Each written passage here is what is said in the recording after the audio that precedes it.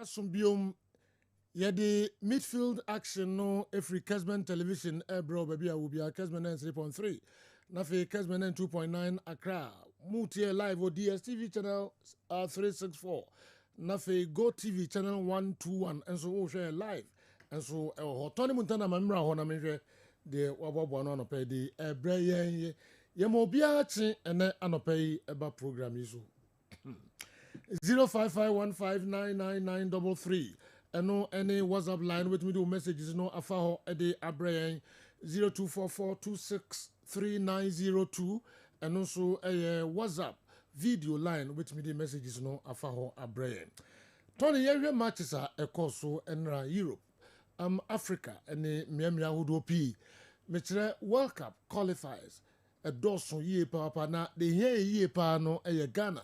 It's me ekoshe Madagascar ekamiensa amo entimi anti emu ba kokra. And na amachi Argentina ni Brazil a big game. Tony ubetimi sorry Arabi. Awesome you become so hey yeah. We a big game. Yeah. This one is unmessable. Yes. Almost say nye. Enye. Or say baby. Yeah. Enise kasandos wa ese una oye more ewo kasano emu. Na fi abijafo so betrase na yebi stories no mukakra. Tony Me da CP Godfather. And then Benada Yamatie for any for Kwaba Black Stars at your manimu ama bibia koso kama pa. Na yadimunche mu details ebe ba yetu fa. Na ya hwen sama koso onko for ekroso enti koso na for message ebrana se jonia beja for enyi ano enye ho djuma kama emfa emau. Ene anajo oko con me baller. Match no boss 12 midnight Argentina and Brazil ball was start the minimum match no enye easy cry na Brazil players no kasa pi e dia fa match no ho yedim say Messi enimunti ana nenso enanwumre na game no boss Argentina versus Brazil. Rodrigo Real Madrid play free Brazil wakasa e de afa match no ho yedim say Brazil betimi ashe Argentina na or say yes without a doubt. I strongly believe in our group. Now Ojiri passer Juma omo aye training grounds no last match omo share Colombia 2-1 and prepare omo passer and then numere against Argentina world champions Copa American champions no kwambia so and then Brazil ebetimi edin kunim Hendrick Real Madrid player also ebo Emma Brazil was say the last time two sides in the share no onya opportunity ebobi nanso na enya resource omo epe eno munya ye because Argentina Eshomo and the game omo born midnight in the day we training sessions omo aye any preparations and then come place na didi omo na kwambia so ene omo for the 3 maximum points in the day a victory 3 points must win situation and our Brazil players no aka e dey akire omo say omo kwakodin kunim enam kasa pia Brazil for ne kasa no ko Argentina omo football federation per se before the game no omo de World Cup omo gia Qatar 2022 trophy no omo edeba park sa trophy no na ekita Messi omo bi de na trophy ne de enne ewo monumental omo the trophy ni ebeba ede abebo kutia apem Brazil for ne se ball no balate park ne so enye kasa pimo de mano na mode bobo ye de fit na achieve honest enti trophy ya ohe ewo Kessben so enne Argentina omo efe no ede World Cup trophy ni beba na omo de bepem Brazil for ne ekutia Scaloni say watete nsempia Brazil for an eka Lionel Scaloni Argentina for a coach or say on pese obeka and some Brazil players no just on responde no mum obia enhwe say match radio of course a very important game a big Argentina and Brazil body no matter the occasion no matter the venue match we match omesia ayana edin ye papa o see nyina ye mu nkompon hwe time omo ball Copa America finals na Argentina share Brazil sa picture ya ohwe our Kessben so Argentina omo captain Messi oni Neymar enetewa omo edin komo no Neymar Brazil for the lusu de nanso ye hwe sede eni ayankofa that's our two great players in them na yemfa enko ene match no mu na enye kasapi we ensema Lionel Scaloni coach at Argentina at the etujwa enra England omo ye adwuma pawo under omo new coach Thomas Tuchel wanya back-to-back victories Eddie ama Argentina won the first 2 official games for England national team and Reece James and a share first goal, Harry Kane and your second goal, and a better Eze on a free bench ebenya the third goal Eddie Emma England into a 2 games and a Tuchel wabo as new manager for the 3 Lions, a 2 wins was 5 goals and we put 2 clean sheets and Reece James free kick there will be an bono abaso na Roy Keane Man United legend na also so far obema Thomas Tuchel the New England team no obema omo C+ no ensema Roy Keane the etu dwa ono former Manchester United player Roy Keane chiremu England 2 games are abo under new manager no enye bad cry enti a C+ and on the points are manager Roy Keane. Possibly so. I think with a school report you give him a C+. I think there's a lot more to come from him. I think the 2 games on paper were very easy. Great start for the manager. You knew you were going to get the 2 victories. Even tonight, 26, 27 shots, only 7 on target. Loads of bits to improve. End product wasn't that great. At least the sub came on and it had an effect in the game. But I thought it was okay. It was okay. It's easy if you got the quality. The manager said, Tuchel said, it was an easy game. It was an easy game. Roy Keane Man United great no or the Emma Thomas Tuchel 2 games awabo na Ian Wright Arsenal player that boy Emma England national team no or say very happy with performance new coach England under him no exhibit Edin Kunim over Albania and Latvia name the custom Roy Keane when said Ian Wright happy Mobientin sama Ian Wright Tuja. Yeah, of course I will. But like when you look at the spine, we've got Pickford, Gahey, Rice, Bellingham, Kane. You know what I mean? It's a good spine to start off with. So you don't look excited. What are you going to say? Right, yeah. Tell your face. Tell your face. First game, obviously, it's a bedding in period. We know that he's talked about wanting to attack and wingers attacking people and dribbling and quick, intense, exciting football. And I think that they've tried, but I thought the 2 defences what we've come up against done pretty well to start from. I thought the goal what epitomises what we're going to need to do is runs like Declan made in that for that second goal. But like in the main, we had a lot of possession. I thought they defended well, but we didn't do enough with the possession, especially when we got into certain areas. Where and you have more shot on target. Name I say more goals than we expected. In Tobacco say, oh, yeah, okay, 2 games at Thomas Tuchel, new manager, every 3 Lions, Wabo Eddie Ama England, Yanko Portugal, Amo captain Cristiano Ronaldo saying, Bessine, only say on a girlfriend, Georgina Rodriguez, Omatonachi, Papa Pama, Sabin Quadanina, and so etimi epiemo. Now Ronaldo say Bessine, on a Georgina. Enya agree omunyan decided so officially omo ebe warranty empena na Ronaldo ene Georgina Rodriguez eguso a omo enso etwen enwasiri also no eba so ema Carlo Ancelotti Madrid manager ne kofa best Italian manager for the year 2024 anti Carlo Ancelotti award no na ohe ewo Kessben so na onim say Simone Inzaghi coach ema Inter Milan and also Efa Pancina Doro and no best coach within the Italian clubs no or no any manager of our Sabaso body no and or send a Niaji pass last year a Juma or the Inter forum yentino obia abonabaso atu abano ediabana wafa best coach now you say Mauricio Sarri ono one tona abano amfa Simone Inzaghi name otona abano edima Thiago Motta just days ago Juventus asakeno onu say last year na Thiago Motta ono Juma ede ema Bologna Mauricio Sarri echema dientia otona abano ede ema Thiago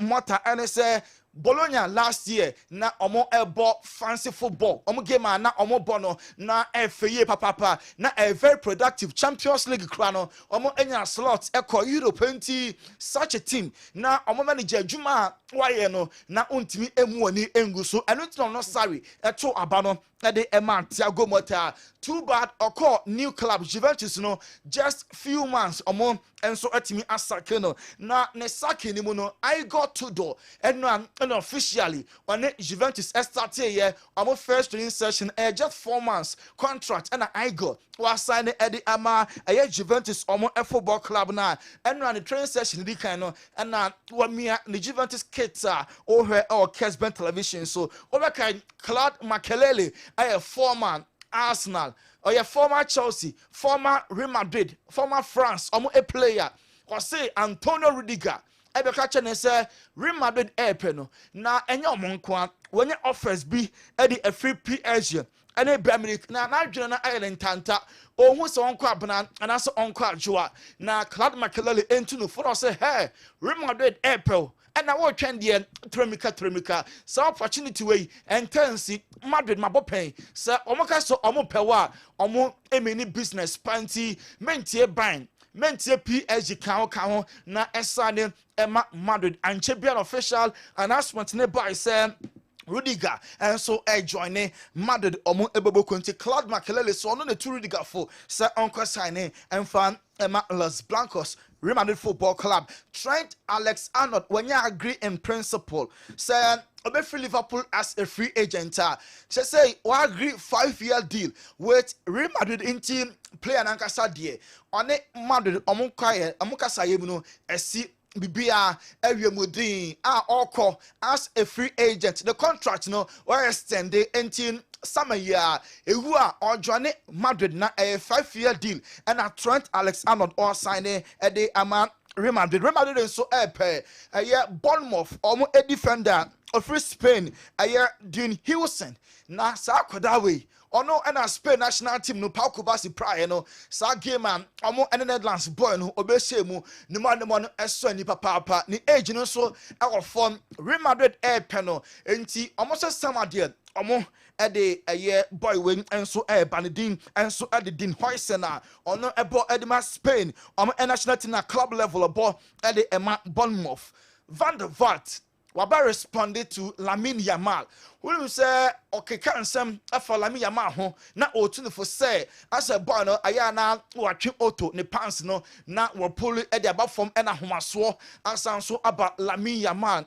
abanimu wey e by wabra Netherlands and Spain a ball UEFA Nations League and a Rafael Van der Vaart e de self futuo no e ma Lamine Yamal anye ne de enti sa match no o she goal and o pulling the pass no down afterwards o call IG ekwa keka nsem respond say pants down Marcel penalty Spain are qualify enti aya o yakowu e nya na response and rampo osa the picture for by ya now still an wo fie wasa atwe autofesta and wasa so atro pants down Rafael Van der Vaart ni nyina no wate de ekoso bia no hu na o de futuo bia e ma Lamine Yamal say ex-footballer eba bonten ebetunifo a ene kwan say oha no ho too much say obe responde na or casting insinuations na or can bia enye papa enti afutuo no na Rafael Van der Vaart asade ama Lamine Yamal biem FC Barcelona per se omo manager Hans Flick oba yenche just last year nanso na dwumadie no ama Barca for no anya wonto so say omo love for no person mo ko no coach we e don be call the promised land enunti coach Edema Barca Hans Flick in the contract no omo be extended 1 more year ede ama coach no Barca e person omo extended Ferran Torres a contract na omo de ne be call 2029 nemum salary a oje say na no a na Ferran Torres ebeje omo fa bi enso enka ho ti afei na komotwetwa na start ya ekoso e Barca and Ferran Torres aso ye Frankie de Jong Barca supporters no edwane pa omo mpeni din ate because oje sika kese pa de bia nso we pra nanso okọ Barca internally omo feeling pa na ama Barca 4% omo ne boy no etrase boy no so wama yes so opeso o stay for long e Barca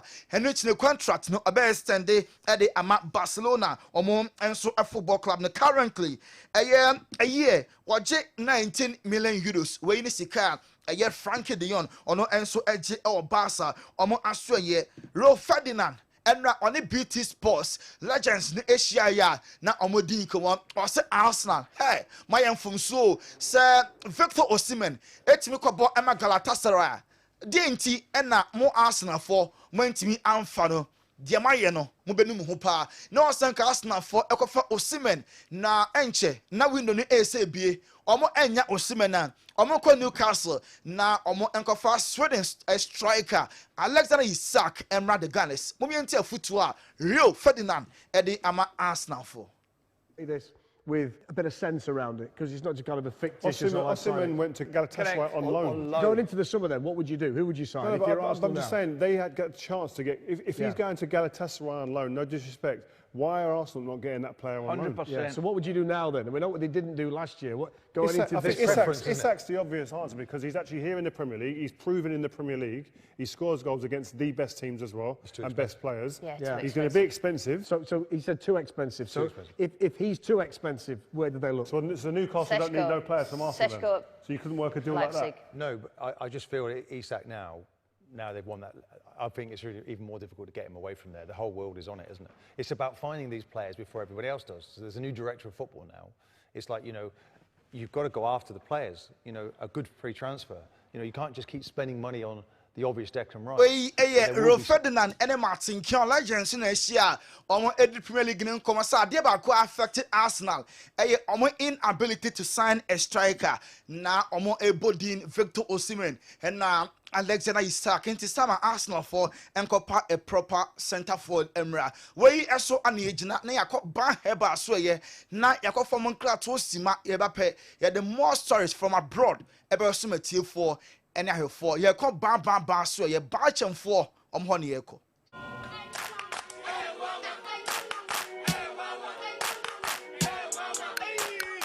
Cratchit, unemu bua unkoisha Dr. Ban uye den wa ha. Unye no mpemu ya die no wanko Dr. Ban jinse be. Laka.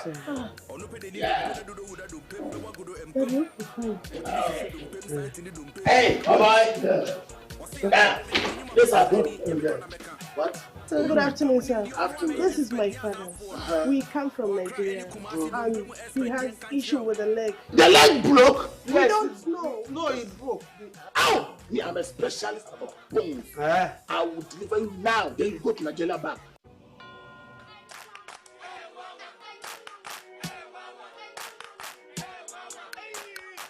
Cratchit, unemu bua unkoisha Dr. Ban uye den wa ha. Unye no mpemu ya die no wanko Dr. Ban jinse be fa. Onu pe de ni dompe na dodo wuda dompe mbe wagodo empem. Wotimi hwehwe dompe santi ni dompe wa bebo wunsem. Wose ya die bebe de nyuma paso so ani nyame kwa na meka. O no mpemu nim di onu ana ye expert nya azanfo no. O akra any Kumasi no mpemu expert yen kan kireo. Yes, sir. What are you doing? You are specializing when it comes to bone issues. What in Pefi say? You are not specialized in bone healing. Hey, Spino, I didn't man someone called Dr. Bao. This guy's got one of me. Oh, but you know, look, you know, say Dr. Ban is the best when it comes to bone issues. Say. Well, Doctor, please, you came to look for Dr. Ban, isn't it? This is not the right place. Well, he brought us here. Listen to me. I am taking you to Dr. Ban.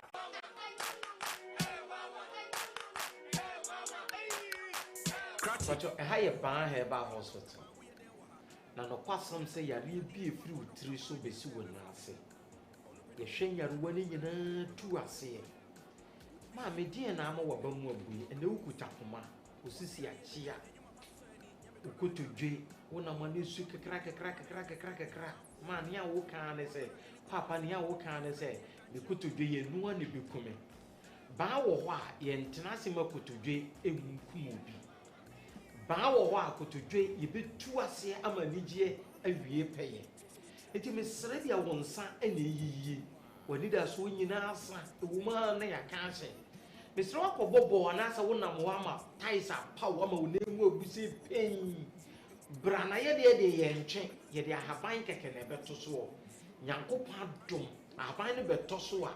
Nkaseni numpena etetina eha dwene nyina no Yankopa dum ni nyina beto ato a ama numpeni nyina aye kama Papa actually Papa Papa is working. Let me hold you here. No, don't hold it. Papa is working. Bar Herbal Hospital. Specialists in every kind of bone disease. Spinal cord, swelling of the arms, arthritis, bone injury, swelling of the leg with reddish color around it, and so on. Ediana eteti wo, ediana ama wo yura wo, ediana mo woni da so asa. Ba wo ho a, ani da so wo ho. Ba ye wo Accra ye wo Spintex Road 18 Junction. Kumasi ye wo Atonsu Agogo Government Hospital n'animu a. Ye numbers yi na egu asi freye. Ade bi e kire wadwena na se ye ruo bi eteti obi ano. Ye beboa ma yaruo ne nyina ase atu ama nkunimde awie peye. Ma me emfa ho ne ba bi a wo free ba papa. No kwasam se ene wiase afa na nyina ni Nigeria ne Ghana ha. Eni ba bi obi a won bi fra brochire bi fri hen epa ba so yeye. Enti ba bi a wo won mpanifo se adedie kwan nwa. Adedie kwan nwa. Ba bi a wo bia fo woni kire ba ya so yeye ha. Na wo ba ya so yeye ha. Sebio nya fe ne kwabrane ba be twe wo nan ne tenten bia maame. Papa ye de ahaban keke ena nyankopon adom ye de beto so. Na numpe ne kasa ni ba bi a cheche bia na ahaban de betene ni nyina kama.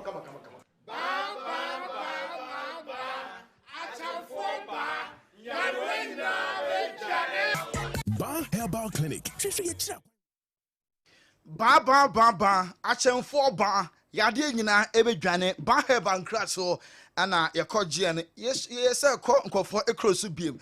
Man City Premier League no na nkofo te pompo so na beje, especially Peter Crouch, former Liverpool player no also no before start season no operated say Man City and be winning league no. Nanso one player injury affect omo ye papa or say Rod ni pra no and asesa niema and one pass ni pra ni papa ko ama Man City omo fortunes asesa ma say Champions League qualification kwa ekwa den e de ama omo nti Peter Crouch say and one pass Rodri injury kwa affected the entire Man City omo enso team no. Man United person omo ja almost 10 players ekwan. Almost say next year there omo ti number ensesa AP and 10 players ebeko. Na sa players include Marcus Rashford and Casemiro. Sa two players ni ekwan bia so omo ebe United already impo Rashford bolon ade ama Villa na omebiem ombetono Sevilla mpo for Anta other clubs eba ombe opportunity no ama Rashford so atimi akọ enti 10 players and it is a United omo enso ebejo amkwan nani madueke similar for ni abre pass omunya na omope nanso no omo mfa ni loan omo kita omo nsem 40 million pounds say omo eba be fa no ni madueke because Joao Felix oba no wabe disappointed big time the first bad 3 games na eye nanso efri hono troka eno nti na omo de neba na omo abeto no ni madueke Chelsea and Liverpool prepare a bid. Wouldn't Adebola Lukman, reigning African Football of the Year, and na any birthday, Obama Atlanta, Italian Serie A no. Liverpool enyana omo epe and afi Chelsea so express huge interest on mu say omo enya Lukman omo enso enfani ni agro. Christopher Nkuku Chelsea enya decide say since we na we ya Nkuku omo maintain ni biem even when Tanana komo jana kwan amanako and amfa sama de Christopher Nkuku atwene mu tan a den a Chelsea enso ebeja no kwan na Javi Simons mebeka sa United airport sa Dutch midfielder no na United airport no omo rivals Man City so aye willing say even over 100 million pounds omo be spending on this young talented midfielder obo Emma Leipzig no omo benya no edna begina City omo enso enfinfin Nottingham Forest episode omo kofa Douglas Luiz Premier League no onye new wabo edi ama City na wabo enso edi ama Villa se obo e wo Serie A mo Emma Juve yese kuntu hwan a nintia na eko Premier League and a free call Italian League no Douglas Luiz said a pra no na or enjoy football biemu dia any Nottingham Forest enya na omo enso epe Jonathan David and started any Arsenal for Edin Komo Lille almost striker no obeba Arsenal as a free agent and come twetwe no eno enso asha sa enye is dedi twatwo Alejandro Bastoni Inter Milan omo defender no Liverpool so enya na omo epenti Liverpool be ja players ni and so enya opportunity so Italy obefri na wabe Premier League no enti Liverpool enya na omo enso epenti we ene kwafo cross nsem kakra bi a ye boaboa no Godford Adaroma okay obesu na say Black Stars ama Tony bia ye de ye be was papa ring esho Dr. Ring esho no na mrantie untu omfo se omo ware a omo fa ring ni nse die na be ma brantie be ware na oba adwuma ma no yi ring ni free nse excuse cross ade ma me no ajemensa kin promise oni Nana Kwame. Yes. Maybe so. You will be a more ring. Almost excuse no funny. Almost say. And now machines no more control into no. Say ring in the bank contact the machines are not a shocky or hey. And I come on machine where to control. Hey, go forward. And I was saying go good camera. Hey. And no more must start here now. None of the starting. And some more coffee in the show. Hey, boys we don't say maybe be American. Monga Sancho. Say out to for off air. All right. Omantiana the back air. All right. Dr. Edmond Arthur Atnasi local doctor ho na ya head of the Braille Balm of Gilead Penimpa. Doc Akwaba. Sejo, sejo. What you say ye? What you nyame adom. Ede Nyankopon ase. Ede nyame ase pa. See say won so ho ye pa. Nyankopon adom krankra. Oh yes. Bank krankra. I know. Be. That's good. All right, me and you. Yo, sejo. Me da se bebre. Anope de etiefo ne ahwefo ya ba ne de na more education to do than medication.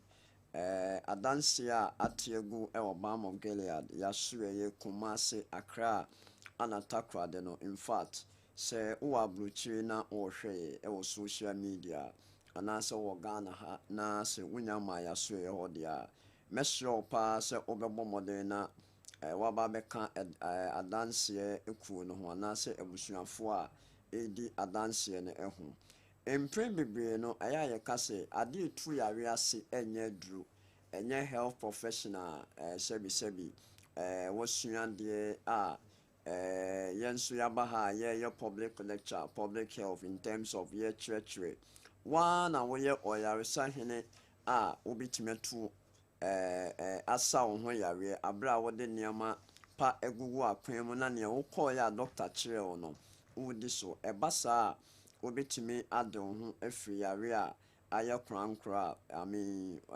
waya wontimi entu ase anope ade bi da makoma so a ahombrase mu a mepese memaye hwe na ye discuss kakra but before that no mepese me fasa akonye so na mema etiefo muhu se product a eye BOJ vinegar no eye product a eye papa eye one of the best food product a ewo market a enye dru wo de to unsu bi a onom say ye bottle ketwa say a bottle medium size, say a bottle 1.5 liters. Now our bubi gum na onom.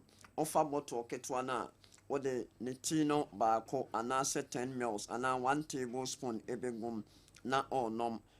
Offer 750 mils na or the 15 mils na ebegum. Offer 1.5 liters na obetime at the 3 cans and 30 mils at the gum and answer wubuni tenemiansa now with the gum. In fact, ebeboa pa na de san hia me kura ne say okoto enuane atosode enam anyway ewo kromo ba.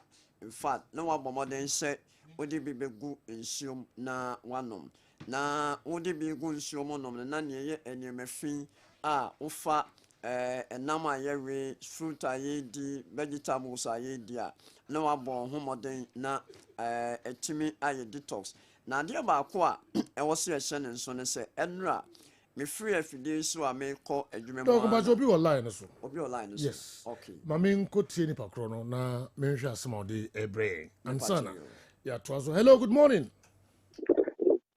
Joe ba John Mbom de say nyanko fa do mo na so e nyanko pa do me so me ho ye pa na o kasa free ye fro say ye free me o say me kasa free Tepa, okay. So yentiwe. Dr. Transi, minim so wasem bia o de betudwa. Brado. Yedi ka wo na meda wasi pa. Isan say me your friend me tiu papa. Na mo na akofa doctor is so by ebe class of my. Na me you be a me prostrate. Na ma kosa be 3 years new. Na afege na ekosoro. And me PS in so na ekosoro. And the last time I made the call hospital. And I don't understand say. Semi banner say question say you do the banner penny pa bi then he actually say operation say you know yet. And to be cry me now me pressure no here you rough na me team man kind of me call as that house me ba one am better. And to me no idea me dem dey friends you me no sa say the do time me call doctor. Okay me say it do me na me no. And I'm saying no be the best 2 months in vinegar and Marco to be a man or catch him saying the men twice on was catch him saying no. Joe Miss me Pierce and then 50 points something. Not about 8.9. Afraid we posted the most one in numbers of 49 something. Not about 35. Wow. And yes, and get to a American. Sempa. Enti edoni do do pe ano say enye drum ba some baka say aye drop papa enti me share possible bia to be okay pa okay ye be that's pa adanse sonko a odi every tepa abrayen doc who say enye dro nanso omo num bia say enye dro who asembo no po enye dro yentia enye adwuma ne say on say ye public education ana macho say enye dro ne mom no fa hwe lifestyle ye okay enti bia first no na ne lifestyle bi o ha sebi e bia ne me bi o ha on tutun ye be o tie nchirechire a ye dey ma no o di tomatoes not time in terms of amaditos also to me blend tomatoes one say tomatoes ni ginger e anti-prostate effect enti no so an wa blend as juice now the bi o di ni bi agumo a tomato ni ginger ne me wo me be ye o prostate ho adwuma eno nti no ohwe ne PSC baby a na ewo ana ne prostate no in terms of the BPH baby a na enlargement na aba 35 na nti me say it's good ana no ka say ne blood pressure enso na wo so pa wo say onom BP adobia mo meaning say afutu a ye ka say yentete stress so yenye exercise ye ni dintem no wafa e the account or the BOD ni good nsom as a food product a obenya results enu ntina because e drone to yare asene ne mom lifestyle enu ntina se Ghana 40 me etie 40 say do me wi am forward obi a or China I think so China am boy voice note no ye so short yem boy no so nti Ghana ni I'm telling you o say o pese o take over e wo China na wo de bia me ma China fo bi ma the way a yema wo mo no nti e be sere etie fo ne ahwefo se bi o de ne de unya nje bi dia yam modern say ye beji yam friend number si na omra asda house am okuma ase ne medical hwe mo bo say se do ye wo delivery person wo ho de frey o frey a obeba blue ha ana so Mr. Martin an mo ba bia wo bia no obeba be fa na wo de abrɛw wo asda towers akra nso a woni edi nkomo a won sa be kan bi apart from that ye ne a wo sunwane ye wo boase ye wo kofo dua ye wo techiman ye wo brikum ye wo doma ye wo boase bekwai ejoso konongo efijase ehemfa nkokɔ bebi bebre mo frɛ ya monsa ebetime ayene akabi ento mo mra asda house once na mo metu benton ye beba mo t-shirt ye bema mo ba ku banner ye bema mo banner stickers na bebi a wo bia no in fact o ba ye de bema wo tufo bo ewa ha ya na bibia fan sejo wait a minute, mommy, few minutes, na more education than medication. Okay. Yes. So your numbers no 0240 0240 51 51 21 21 71 71 0240 0240 51 51 21 21 71 71 and I said 0539 0539 86 86 38 38 38 38 0539 0539 86 86 38 38 38 mo friend na mesia baby a wo bia e betimi ama onsa aka mi ene anim koma na delivery person ne mefa e wa asida house he ya na on famrel Oba Biogin Clinic, Kumasi, Accra, na Takradia. Yawo Biogin Clinic, Takra, the Friday Yambua, Meba whole life. Na Mama Beshamo, baby, I dream, I did quid, Yami pa, Ebusian for. Any probably breed no blood pressure, our mono blood pressure drew. Obi on blood pressure draw, onom kwano, onom for a draw do control blood pressure no kwan besa, a hood or besa miensa. Obefa blood pressure no kwan who knew a hood or besa miensa. And son of a fa anticoagulanta a mamuja and Sweden and nanny. And son of a fa a dear soa. I build up lipids our blood numa emamuja inflow Yabeka say anti-cholesterol product and sana ebia other symptoms of onya so we na edema fetal edema ninansi peda waba fat product nso ebema no the fluid no about cancer obetima jonso intent manase there wouldn't be any fluid build up ewo ni pedua mo etiefo ne ahwefo wakotwa abdominal pelvic scan ema when your fluid build up ewo abdomen no yebeka say ascites hwe ade ba ko pa wo so wo sen nso ne say so wunya blood pressure high blood pressure na one control ama na mafom na ekoba se tembia obeye refilling inu na obenom a ne kwepa ne say ebeba bedu bia bi obenya kidney issue so ko check your kidney na EGFR no estimated glomerular filtration rate no enye 90 na wodi ye 40 wodi ye 50 I mean enye normal. It is supposed to be greater than or equal to 90. That is, and WHO standard ankasa in terms of more specialized or kidney ever confirm it. Am I? And when this all non BP no now the hypertension no swa. But more than say, obe put two lifestyle measures in place, obey exercise, obey two new in terms of the do swa obey portion size control. Why exercise kakra what dry and adread na adrenaline. Eye obi a wode ne ho nsam show mu ene sikasem ne awaresem ne nema bia ekoso no watete so na wotena fa akombe don hwemienu miensa wabomode say no ma men stretch by 5 minutes bi na di nkunoma ope fufu a anka fufu ne te so rather na di konkonte sejo de bia me ka se gari eye eba ana diehu emutuo benku entel no krom enye omutipe ne konkonte konkonte is a chief food. Yes, and you're very good. So why you konkonte pane ebunebunu kwai. Now we didn't kruma egogo one man papa bi. Oh, now when na ebia koko bi ana say white meat bi na siwe ni mo pana udi. Le bia me ka sie ni dintem.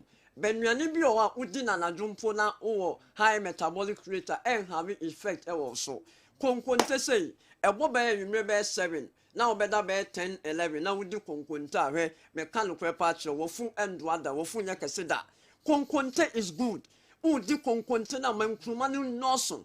Na nkruma no guso a o we nkruma no muscle na woman e binde lipis no and also fat na build up for abdominal cavity no. Obo say uwia na achine te say magnet bi na e flash o yemu be dawa ma e ma watime jawonan kama. Enu ntiatie for message say so hypertension pan one control ya no kore wo mo pan say wo betime na kidney issue and what team we youth we adult we aged na wo high blood pressure one hwe hu ya diabetes or we nata ebeyi ne ho afi high cholesterol be bemu bi one hwe a wani mra won so na okọ no akwaje wani mra won say ko check kidney no na kidney ne be bia edu no na in fact are you too late na obeda dialysis so and restore kidney back there and say creatinine na build up no ana draining and no crampo no oda so for 3 sessions in plan say for 1 month how many we say na meals na ebeba and I say a bit me draining sa and ntina braba mon kilia now I walk kidney stone wa gallbladder stone wa kidney cyst wo kidney issues no na men fire so na yamwa ya wada Kessben ye ne ja hotel na next take kwan so na opposite oba takra den so a ya wa anaje choice mart no eso Kumasia de Kessben wa Accra so de West Legompe ene ya wo na mom no efie bianya building so jo eno a gallon no short ye okay ana no pay ye di bibri aba ye di bibri aba 1 liter no so de bibri chow ebi mo eba no pa no mo so omunya bi aba auto gallon na ye de 500 ml no be chow kwa 1 liter no so 75 cedis and apart from that, 500 mils no 40 cedi. Momra asida house wa na mometo na mundi adansia enkofo edin we enye calculated or plan adansia no kure true do sebi so do empeneda say yebe forgery testimony and as me as a Pentecost elder and sit da bra na nyame emfire so correct niema ema na bibia nya fanfan so jo ya da se nyame ma wonye so ya da se pa si numbers ne so bi ma me doc 0240 51 71 and I say 0539 86 38 so mo friend numbers ya in fact ya be mo nsa kan bi o jeni bi na mo no wo kumase ha dia bra asida house ran mu say on sabe kan bi wo de so wontimi ma send sikama obi na won tomre na bibia anya fanfan da se pa na omo anomo ese omo wo ka say adwuma bi oh yes me pacho and last into omo me nurses biomedical science and lab for sonographer and physician assistant no and lad you be your interview na ye de kan ye bi interview do omo go me start adwuma first April and then last so wo kuma se akra ne takwa de apply my ye be that se pa Dr. Ibonatha Balm of Gilead CEO and this answer me abreye kan ho vinegar no amanfo nom edi adanse o se enye duro food product na ebeboa o ye papa ade bi hye ho na unim wakwa fasa food product ebe ye friwa ebe shoko amanfo di danse no enye nkontompo do mutwa no krepa pe vinegar bog vinegar ne bi na nom na also ka adansefo no eho doc that's pa ya word no so nyame ahye ho animo yes nyame etenya mbo ayi sense view na ngofo hu ade a nyame dia ma o enya sam kitu akra award kese pa na Dr. Ibonatha wako akoji ejafo betrance na ya hwe stories no emu kakra enranso no yetisi enkran na yene amanfo mo nkran enso di nkomo kakra na nsane okumase yebekọ other areas enye nkran ni kumase nko a wo ho a ye camera se beba na de pese no twetwe ho nkomo bia enso yene wo atwetwe ho nkomo enra after Black Stars game no yetisi nkran ene amanfo kakra edi nkomo ye kwaba na eno nso ye de ho nsem abramo epamcho legend na eno so aye kom ho ne omo kodi di nkomo no etwa so a ye ne pi edi nkomo ye ne Safo Jemfi the black president enra ye ne Safo nso edi nkomo enche eno so ye beti nsem a Safo edi eto ye nim andikam so ho ye na man boss me ba no pay na ho bebre aba ye twe ho okay yeah ukromfo oni ade o ma meto o ya me classmate wo SHS okay me on the picture na mo classmate wo me ne nyina na eji no arts okay but I've not seen mama bi so buy na olma bi so buy and I don't know bonim fo but I've not bonim ko na wo radio ni TV so bonim okay omo bi no omo abrochire na abrochire for no so bi so but Ghana there o sombo okrum pa me so okay so me important mo okay all right SMP o ho e be twetwe ho nkomo wo yeah SMP to Black Stars I'm on I will only talk about the Brazil Argentina game okay na ya we can Black Stars okay Ebeko na 3-0 ye hu kakra bi wadwen ye o se betumi ase 3 goals would have a reply na number 2 one so da eda say Asare na be san astart Morocco yes yen kan mi enu ni infantile first of all from the point of Asare and I did a series on Asare on a different network. Me analyze the 3 goalkeepers in the national team, and I conclude the one that I feel he was starting post. Do you know, it was a tough decision from the coach, and you give it to the coach for that decision. Atizigi has been in the Black Stars since 2018. Atizigi was under 17, that was under 20. That he has been in the Black Stars for 7 good years. You called the last World Cup, no, none other. So to bench him is a different story altogether. So for Jojo Walcott, he has been in the national team in the last 4 years. Or they go abrochiri. Only exceptional.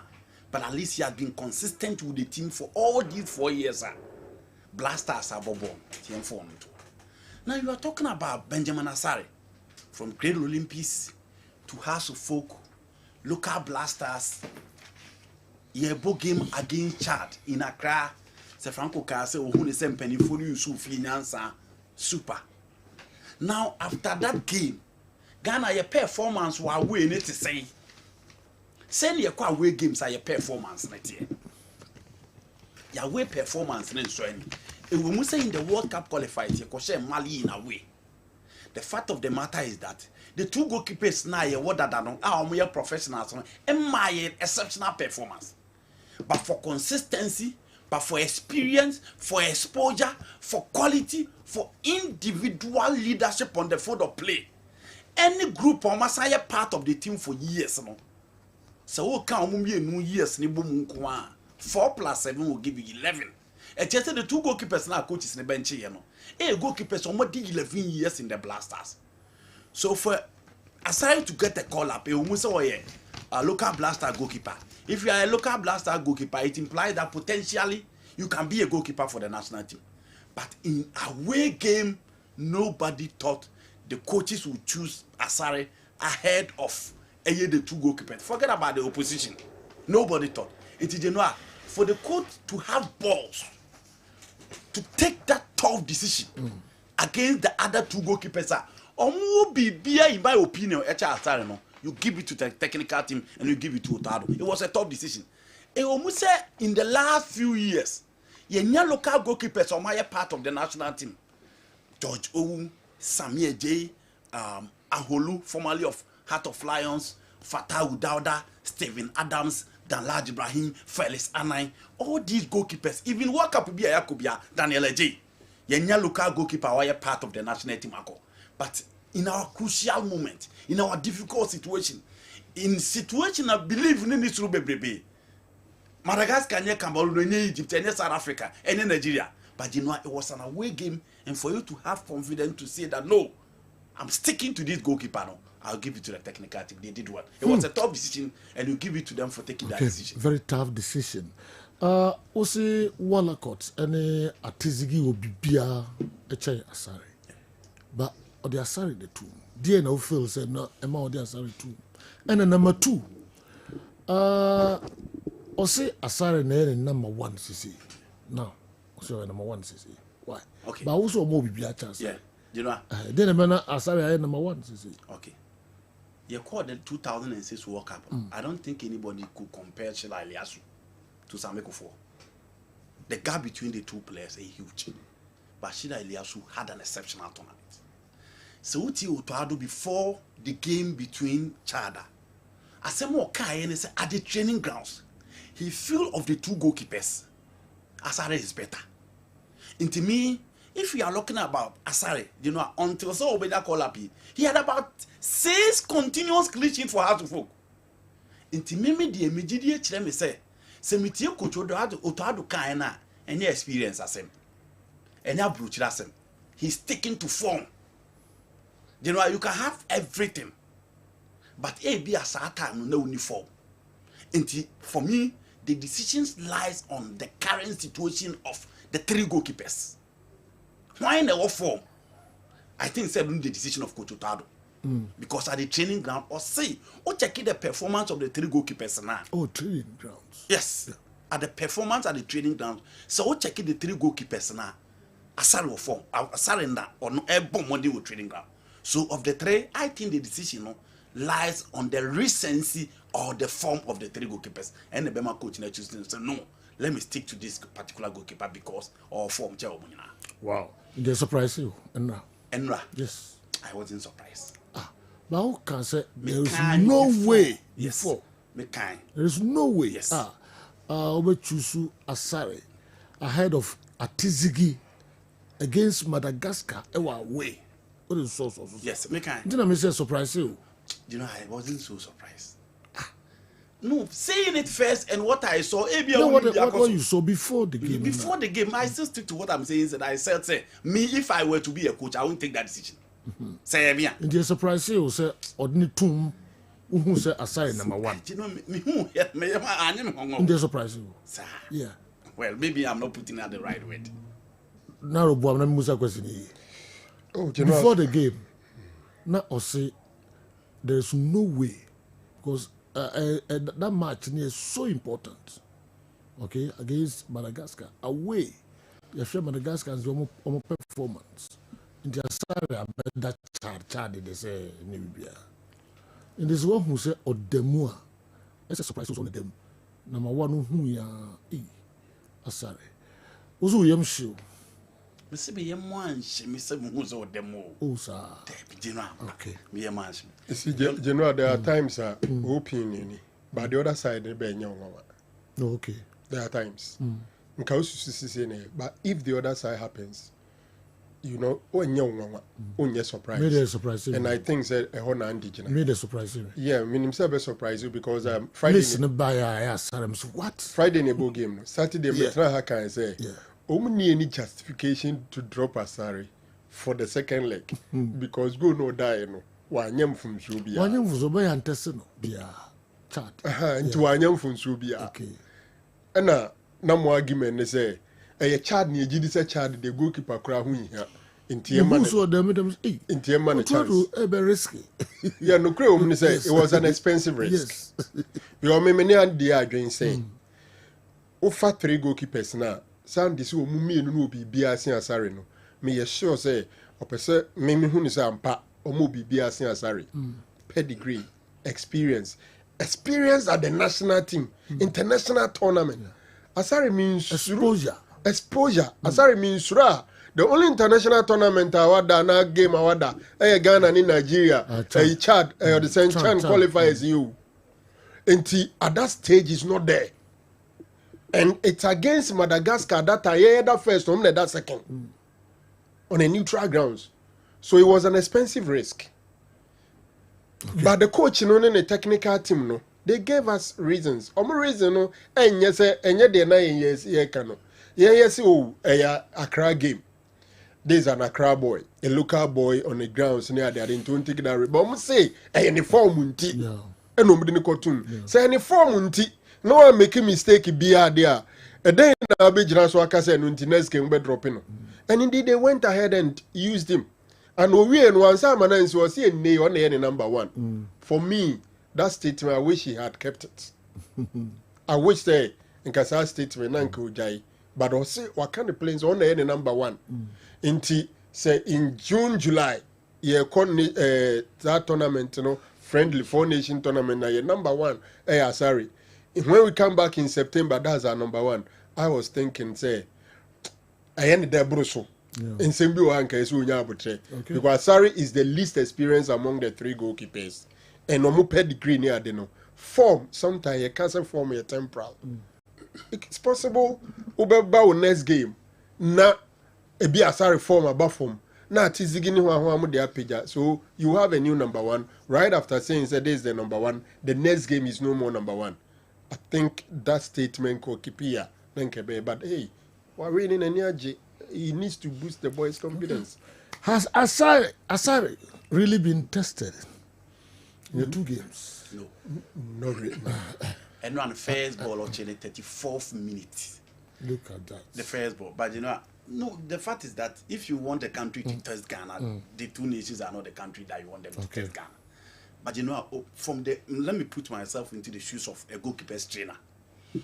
Goalkeeper's trainer being so catcher will say, you've been able to arrange your defense very well as part of goalkeeping. I know my pressure also. Okay. So because say you are right. Say Franco, or ball into want to share no. I will get closer to the player. Until your goalkeeper be your only who defenders now be catcher will say, we are the mount in Kasai ho. Or the man who are ball, or the more only confidence, go on him that yet. But Senka so see waha. Ye who ye chia or near Becca some ye who ye him.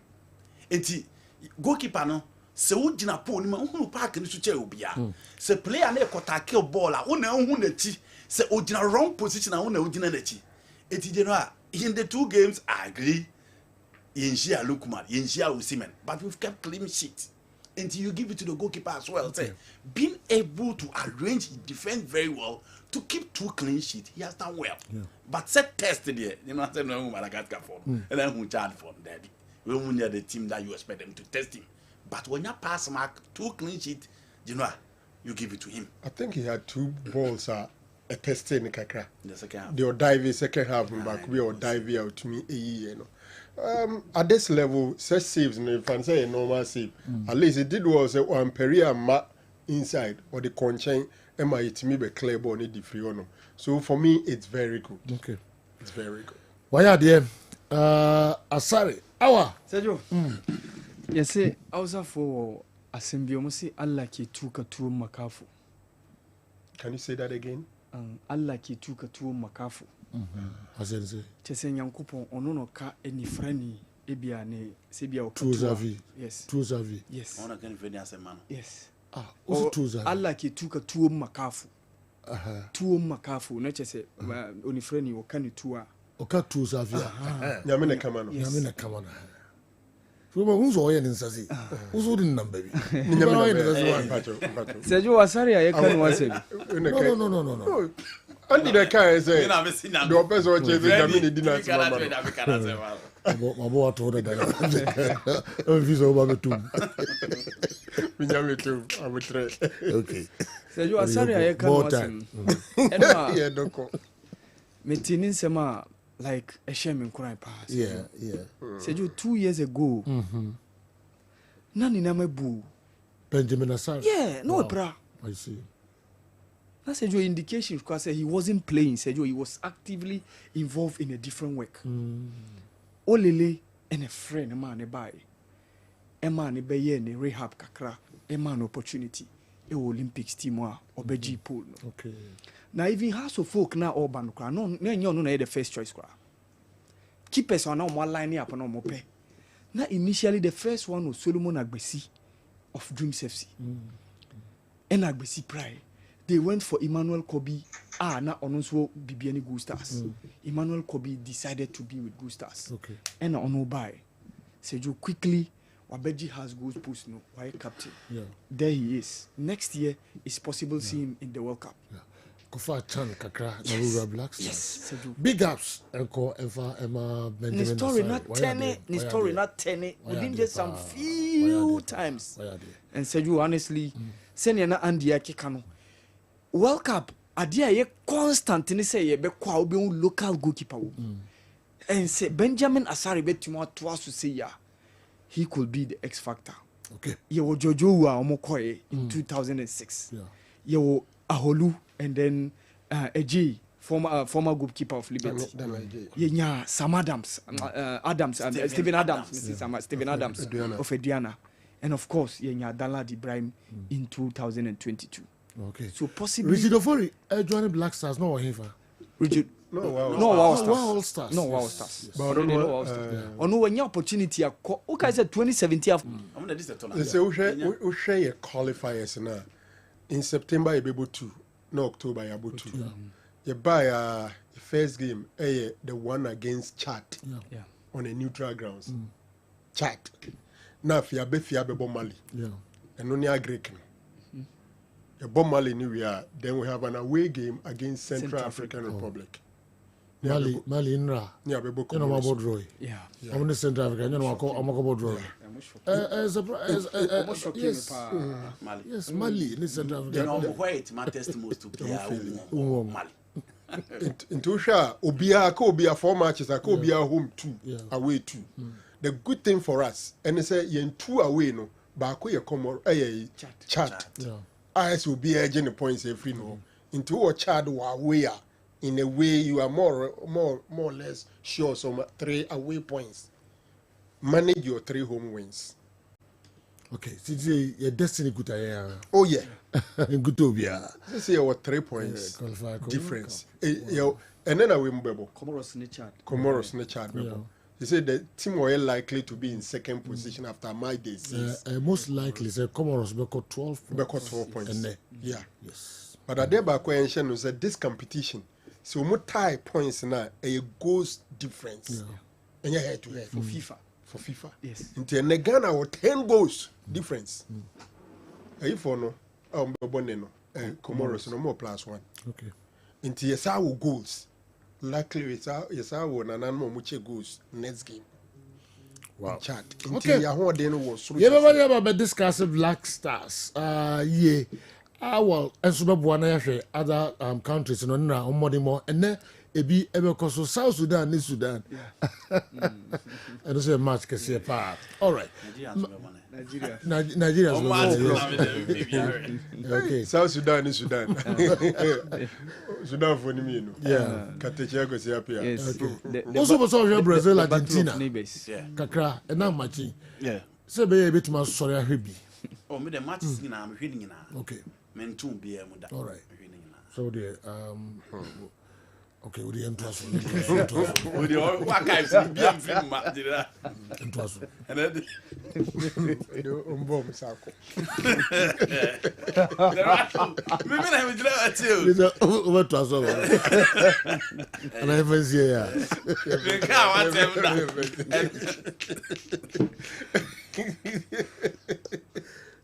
I'm a genuine agile.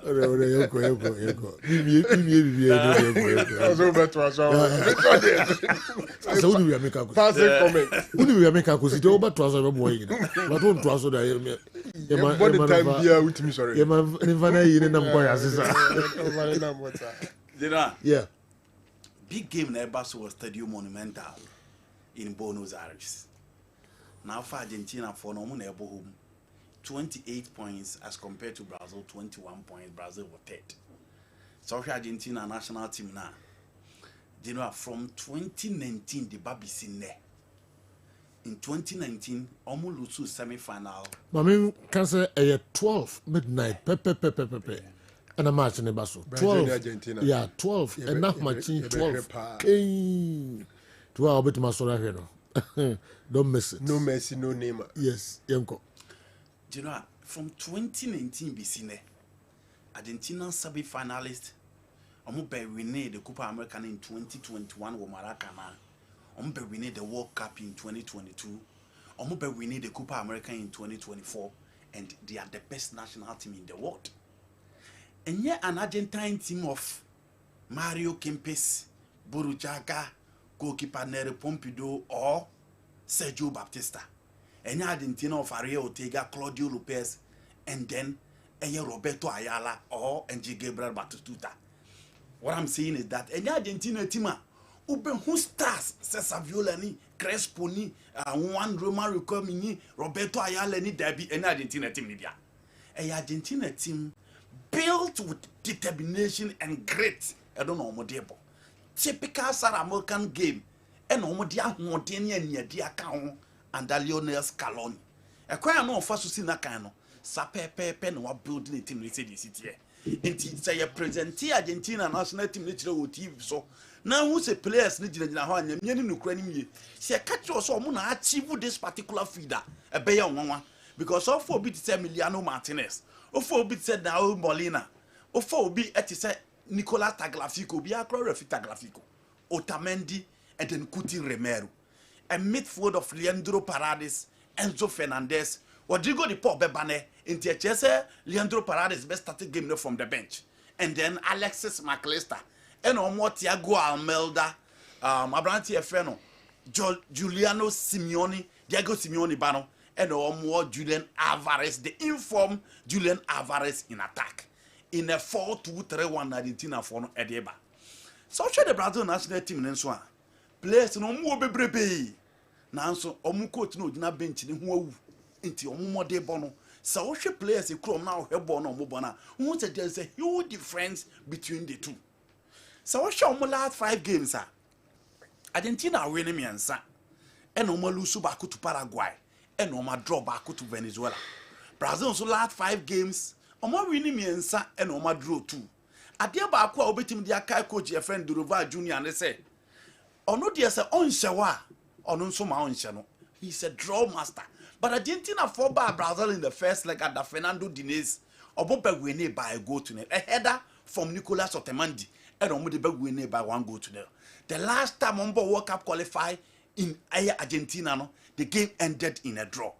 So what year Rafinha mo makasa bebrebe say ene kwambia so omo betimi win this particular game come with so much confidence. Again, so Brazil team now. Alisson will not be there because we pray in the last game. Inti Bento and a better. We only a chance Brazil versus England at Wembley, Brazil versus Spain at the Santiago Bernabeu. It was goalkeeper Bento and the team that particular game to on a better. On the right side, between Wesley and then Venderson. Well, okay, Wesley in the last game, and bro, baby, Venderson, he played very, very well. Until likely so being not from the right. Left side, it was Guilherme Arana in the last game. Minima the coach has decided to maintain him while he has other players on the bench. It wasn't common, but the coach feels he's still a good player. I'll beat him abo. Centrally, Gabriel Magalhaes and Sunya 2 yellow cards into honest by absence into Nottingham Forest, Santiago Moreno, the Bebabe, Marcos Marquinhos Correa, and midfield Bruno Guimaraes and Gelson. Bruno Guimaraes and so in the 2 yellow cards to Obemese. Gelson could pry into honest Obemese. Into Oko for Andre as number 6 and up or Abranti Efeno, John Gomez or bench or Edison of Atlanta. I don't know why the coach had decided not to play any of them behind Andre, but still I believe we say Argentina for no bad Hordinian yeding into Obebo Jolity behind Andre, with Rafinha as number 10, Obebo Rodrigo from the right, Vini Jr. from the left, and Matias Cunha Billy Dillard because the last game no João Pedro and Timiamo. And if you look at the aggression on the bar, this isn't the game for Hendrick. Until Osha Matias Cunha, or no, the other one, the one your chance, I should Wolverhampton be able to say, or you player or you fit and inside games that we players on who are against Otamendi and Kuti Romero, no, he'll be a player or be fit into that particular plan. Argentina for now who dealing in a banner Barberia Brantia, Yefeni William Alvarez, because all your players here American. He will be the game changer on the field of play. Thiago Almada the changing game who was Stadio El Centenario against Uruguay. Uruguay bobo nina, but just a magic from the Lyon player and our team the ball no at them. Argentina will need that magic touch today from Julian Alvarez and San Ometimia will need this particular game. And a human in Ako Kujina, the experience and the captain McQueen also. So no so betimia make sure say a chilo betimia shishen ye aman yebetimia koye because this is the Argentina team without Fabian Angel Di Maria and then Lionel Messi. Into the 2 live wire for the team, no, but again, still against Uruguay they did not play, but still omutimi ewene. It's a game. A referee bedin na jino also omune nikoko. Sara maka qualifiers na there. Na mianim no kura nim nie. Ene Ghana Premier League no difference nie kakra bi 1 minute bi a foul through. Enchanko an. It is all a referee na so one stamp authority a obre. Argentina will not love to lose this particular game, and Brazil for no so akasa baby.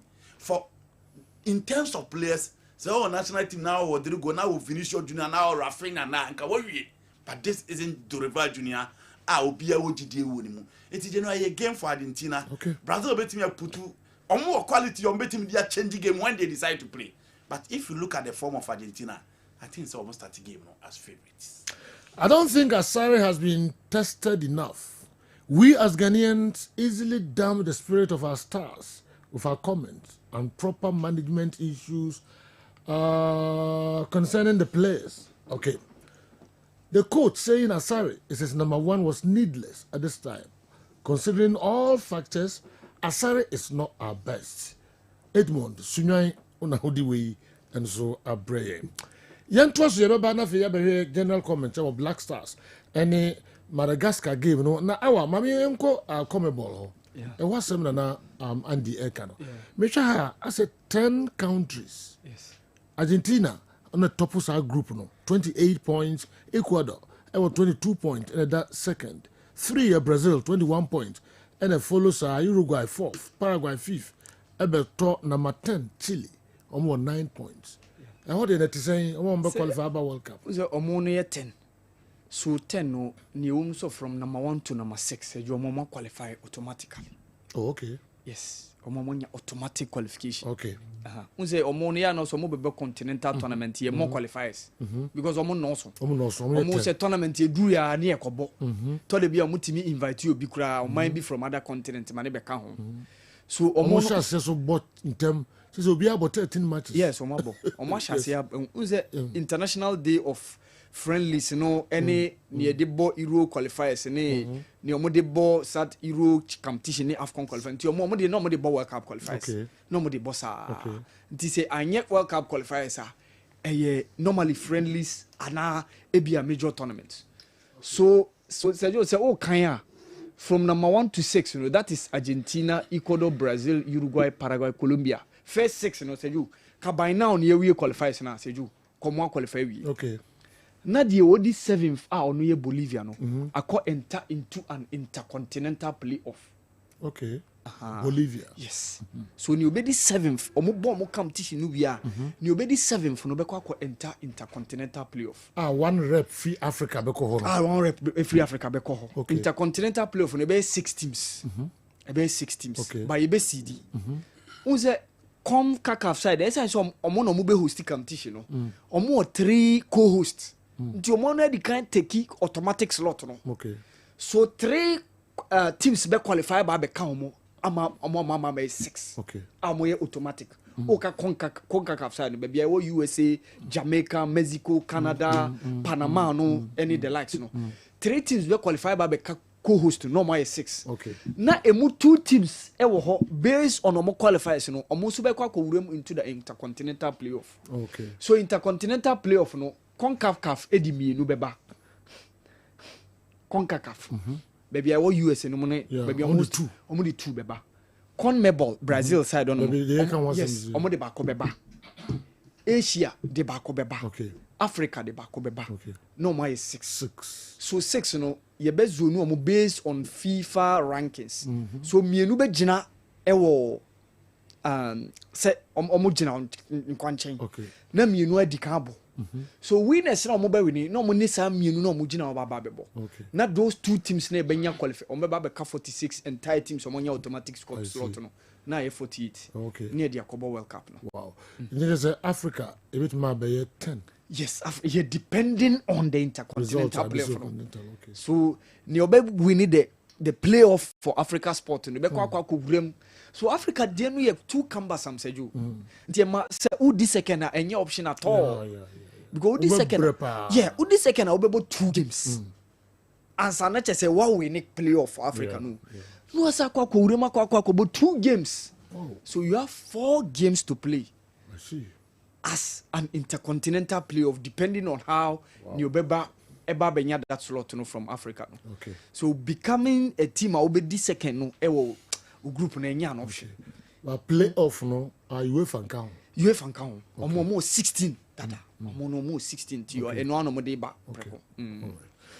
Yo, remember na fi Yasha Africa stories no enso kakra. Na fi Black Stars.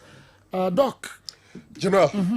Come person me free international football na me club football kakra bi. Okay. Yeah.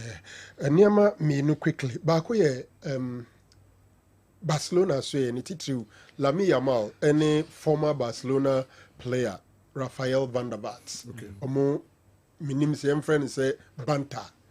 Obekaya Spain ne the Netherlands a boy we no. Na senior ya na Pandits former players omo control TV so ne ade kan omo nsem.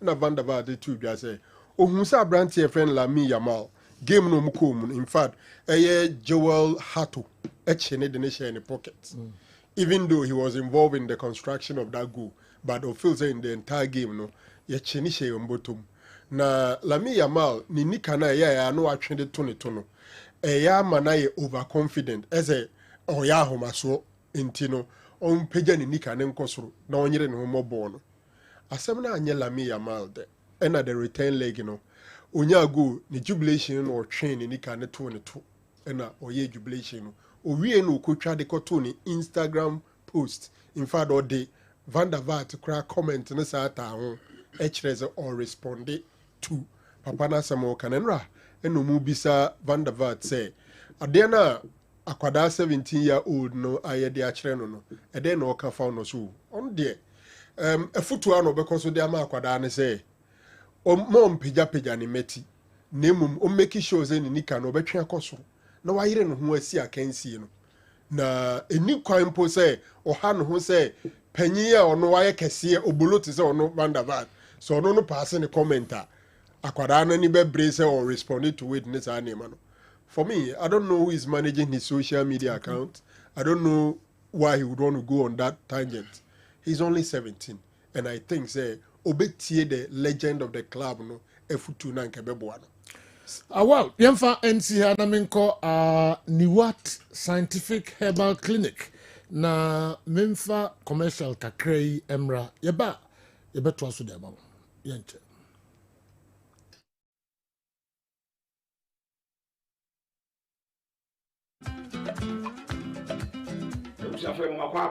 Niwat Scientific Hospital. A team of medical scientists. I have created a boom near the infinite Maswa, a year a juma, or a swear has he, that's where I had there. Yes, I'll buy a sabi near time a good amount, said the coconon. The boom, you do to a fiducial. The Mephidio Mushu, the million at the potier, the Yarene Nessa me in ya, Yarene do in the piano so. The better Yama to Yariasi, what the editing said. See the baby, I said, what to Yariasia, which me to a centum. Niwat Scientific Hospital, Dr. Phobius Yajumani say. And Buna any time or what dear Eddie Dummy, no, Yenyamu, na fe, in when Nuakasa, whom my friends have fight to chemicals, no, yes, struck same and no, Nayan from friend no, and for a mount, a be our kidney, no, Yaria Bemo, kidney no essay, young Kwana Ganaha, yet take a habine, Eddie dialysis, our kidney not say I could do said Dian Kwanwa. Nyarishemu na nyadi dina for nichirem ewo Niwat Scientific Hospital bofra ban eboye ama wa diabetes ye de bofra ban ene nyama bi efra ede mawa ebebo ma diabetes na o sugar ekosru pii no eno so aboa ama etinya bafum ebi na o hwemi sisi na o problem pa e o mema sem baba bi wonu mu a onya tenkan kora so mo ba beda obo so otimi nya hode ne pagya no no ba ehyemu a ehyemu ana adwo eno obo so atese ne bema no ensore kora ebi na e no bi oda so a wonom so yoba na utie me na se eya wo problem ebi na fiber na kosi a wo no kwan ana wakwa ya sabia doctor si ensu abetata onkosuemu ovarian cyst ana se fallopian tube no e na block here obebu okura wo sebu ensisi so ni nyina timi sinyi se ho kwan bema bi na ho nsuo e na wo form nkwabon e wo form low sperm count na obu okura beba bebe ne ho nsuo mo no na emwa no be friend say spermatozoa no ba kokura we nyina e ha esi awo ho kwan a Niwat Scientific Hospital a enfidi ade ehwe beda di amye se problem bi wo no mo a ne atimi ehu aduro na afi aduane e betira mo adi pressure amo akoma bo periperi asem kura si ofi etimi mo amane obi so hweme na ne bia stroke akawa to mpam ye kwa onko ye ba onso ntimi okasa na pampan boni bi akire fre no halitosis yade ba ko ya no wan obi opewase obetimi akade akire wo a ade bedi unya okasa bia no obi atwene hwene okoda na nyimre oda odwonso antentem ye papa mo mpanifo no e free 40 50 60 years ekwa ni mo no o prostate na yakese prostate enlargement e ba sauda odwonso antentem odwonso bebransa na ade ache e mane nkachi emye kofa catheter ahoma nkoto ba memo abusuafo bi ebere nti manya adagye amo ya de dia nyadidie se Niwat Scientific Hospital Ghana ha de o pa ya sabe ya dia ba fim die fidie e de twe enubena e na afa ho de ni fra haban mu e de saw ya de ma wa na e Niwat Scientific Hospital yi wo Kumase atonsu Monaco Junction ya Dansura Bank no ene bi eni hwe enkran so ye o ma 7 ye ben Janet Konadan no 0244 087687. In case you are watching us from any part of the world, whether you are in any African country or you are watching us from Europe, you can contact us on WhatsApp +233 244 087687 or on Google Map. Just type Niwat Scientific Hospital and you'll be given the exact location. Niwat Scientific Hospital. Nyanko Panda Rumenti, Wamoto, Edema.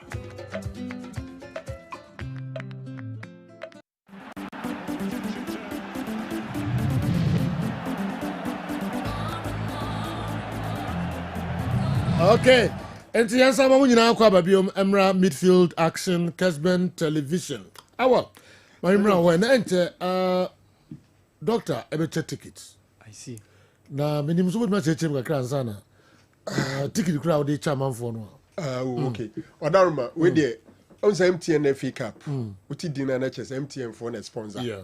Na omo say nyame adom hyehyɛ no maye no. All the 4 quarter final games no e ba so baba yara. Okay. Saturday umbebo 2 na Sunday umabo 2. Na dey MTN for ye no esombo broso. Okay. Ni nyina say VIP ticket ni kitami. VIP ticket no mo say emfanche. Okay. Yeah, the chewa and the whole 4 matches ni nyina. I see. Saturday area 3 p.m. Park Academy. Omoni Atram Divisa 3 p.m. Nobody associate so. Yeah. Then enumere non song Brekum Chelsea any Bechem United. Hey. And also a match. What a game. 7 p.m. It is all control 7 now. At 3 p.m. now. Not just about 2 Nerians and Opiabesi. Okay. Then on Sunday. No, before so because Sunday no. Ticket no. What they share the me no. What mean you be obi kan ho and as minimum the VIP. We go there uji we there nipa baako. Because we no e do be ko 2 days. Okay. Uhwema lie them into wono ubetimi do we na ko Saturday. Na Sunday udi we no so ko. Ntibi amene Andy na ekwa. Ene gise mu chem na udi we ko Saturday ada kira because ya throw matches no so. Oh, okay. Okay. Need date also. Nti on my right is Saturday 29th March. On my left is Sunday 30th March. Okay. So this can take you twice. Saturday and Sunday. Sunday. But this year besides untimi nipa mienu mfa nko one day. America nipa baako. Nipa baako. Ubetimi dey have 2 games in 2 days no. 2 days in Saturday and Sunday. Yeah, Saturday Sunday. Okay. Umunya minim kwan ye be fa so ache ne de. Ba unya pe as a chance Saturday ukwa ukwo 2 matches. Okay. Sunday ukwa ukwo another 2 matches. Okay. Enu MTN na we no nye popular star na baby a VIP ticket. Okay. MC ye wo ha nti wadaro me brenu du na yemfa mayeti fa na na. Enti Saturday na ye Atram Divisa and Park Academy. Park Academy, yes. Na Karela nso ne Golden Kick FC. Any other be Saturday. Yes, Saturday no. What I have here no. Yes, General. Esrumi no na Saturday no. Enti Atram Divisa versus Park Saturday. Okay. Then the twice no Chelsea Bechem eso yes Saturday 7 p.m. Okay. Into TC former na Karela any Golden Kicks and a kick out House of Folk. Okay. Omne Karela. Na eno ya 3 p.m. Okay. Then 7 p.m. Kotoko versus a true democracy. Okay. Kabi min kabi kron. Enti so also what tickets o chicha mama for. Se na ma kwan ne bia na ache 5 e kire ne bia. Kopim se bedru okay. The draw call us no na fe dey achomo. Awa. Sergio, me nhwem kakra. Sergio, eno at least Cote d'Ivoire for omo break kakra. Even though they won by a goal to nil against Gambia. Sergio eno omo break 1-0. Now I thought say omo betime nya more goals based on how they've been performing. Surprising me pa. Yeah. Gambia. Yes. Oh, but Sergio, Gambia. Almost goal as early as 15 minutes. Yeah, Sebastian Haller header. And one the point. But Sergio, Gambia was some home. Yeah, for boy. Sergio, Gambia was some quality kakrebio. Yakuba Minty of Brighton and Hove Albion say, or you're part of Gambia team. Okay. Musa Barrow, no, Ninam Bologna, Sisi, or Nam, Saudi Arabia League. No. Omar Kole at a point in time was the defender of Fiorentina before moving out to Besiktas. So, Sergio, almost some couple of individual players at least, almost top leagues kakra. Been more abwas, so more move to Saudi Arabia. So, almost share down yet too bad, sir. Okay. But Sergio, so for a boy stadium, they pitching, Sergio. And one I miss I said you know I miss I know. And I said you the game was flowing very, very well. Plus no a ball on the pitch to be Pia Koso. And then I saw Mohamed Diomandi. What kind of? What thought of friend and say on Black Stars? Okay. Dog, what kind of? Rangers. Yes. Also for Cote d'Ivoire. Yes, for Cote d'Ivoire. And I saw him starting in that game. Frankesi was the man who captained the team, but Sergio Sebastian Haller he came from pull out from Simon Adingra and Odinity kind of Gambians for now aren't yet too bad. Say you, they played some wonderful football and Ivory Coast are moving now. 16 points. Say you, they are drawing closer. They want to get the qualification since 2014. Brazil. Say you, the Cote d'Ivoire team, you know, Oman team and drew the world stage. You know, so I think this provides them with the perfect opportunity after having that confidence of winning the AFCON title on home soil, and a big opportunity is there for them. This current generation is none of them has played the World Cup before.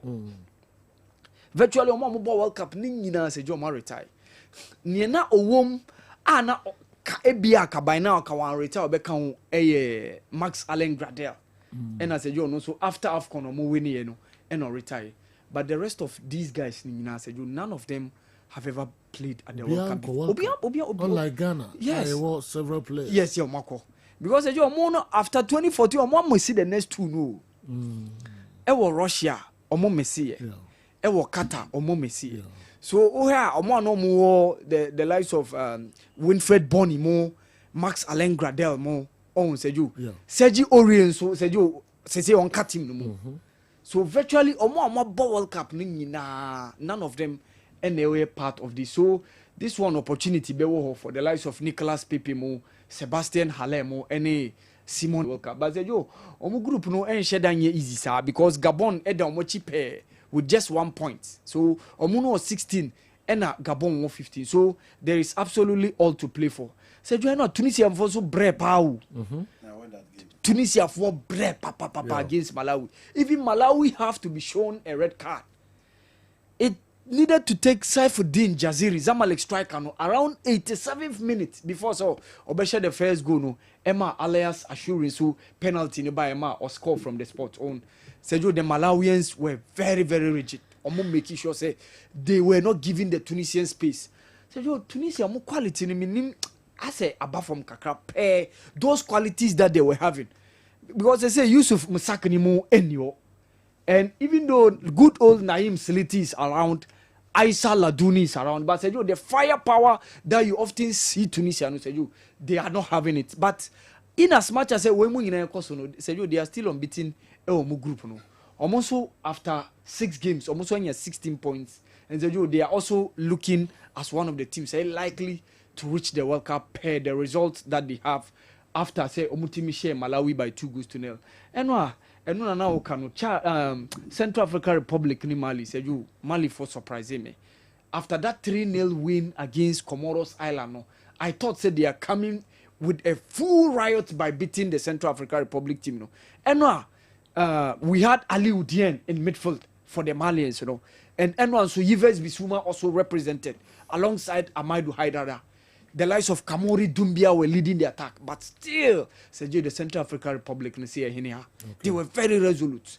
And you saw Geoffrey Kondogbia showed his presence deep in midfield. No, Luis Mafuta some couple of chances but that is how it ended. Central African Republic here Mali for Sopa. Omo hold you in that group, no, because 2 games in a quite draw. They went to Mali and drew 1-1. And neutral ground omo Central Africa omo as a home ground, no say you omo team asa hold the Malian team, no, as a goalless draw. So ama the Malians, you know, more chances of going, no say you yeah you kakra for the Malians, probably be a second spot, no, I have no more nyampo. Say you the Godswill Akpabio Stadium in Uyo, Nigeria be host Zimbabwe. Na minim say what no Pastor Imo Udo ye Akwa Ibom State, no. Say you 30,000 tickets ningina wato ningina governor. Yeah, governor of Akwa Ibom State. Yes. Wato no say or their chiche or their to some vantage point say amount for Nkoji no mamehe game, no. Because after that 2-0 win against Rwanda, no, they need to have that win against Zimbabwe, and also very, very vital. Because ebema omo chances of going no akosoro. Na said you one game no so be determine Nigeria fit. And that is the game between Benin and South Africa. Because they say what a table now. Benin had drop a point in that game against Zimbabwe 2 days ago. So omo call 8 points. South Africans score 10 points. So Ekoye draw South Africa be 11. So should Nigeria win omo beba 9 until only 2 points per in between omo any the top, no. But should South Africa win, ebetwi mu kakra now South Africa 5 games omo win 4 eno ano no okay Nigeria team ko gise bia Nigeria heso betimi anya second spot na omo chance no omo ma na ye slim down as a drawing of those matches in the first 4 games you say you ha omo kakra pa so this is where the Nigerians are like landing in but say yo per what is going on no I see say if Nigeria for any team win in South Africa draw ebe draw mukula but say yo ene it's likely one African team may qualify with the World Cup no but me check ticket back say sia me check ticket back say sia enti obi mfra me say sia na me mfa ticket a o de behwe MTN Cup matches no Saturday and Sunday na Saturday 2 games Sunday 2 games said Dr. Kaino obi mfra me say sia na me nchem no ticket ansa na ya to so one efre. Hello, good morning.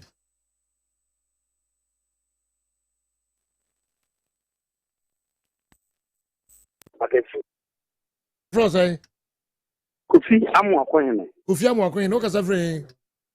Kwame magazine. So magazine Kofi edima na o card so we are Kofi Pacho Kofi Amuakohene. Me say me say YD card out the baba GT. Pacho we ya na wo so. We ya na wo so okay.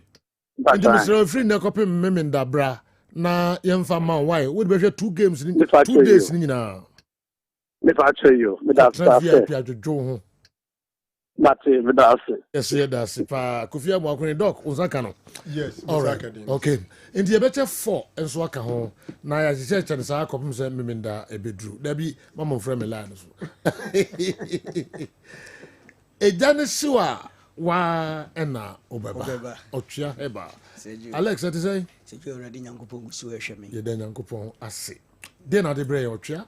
Seju mama na wasi. Na menchia wahwefo ene watiefo na memfa wo munko Divine Hope Herbal Center asoye kese ne okumase makru obusuakuru junction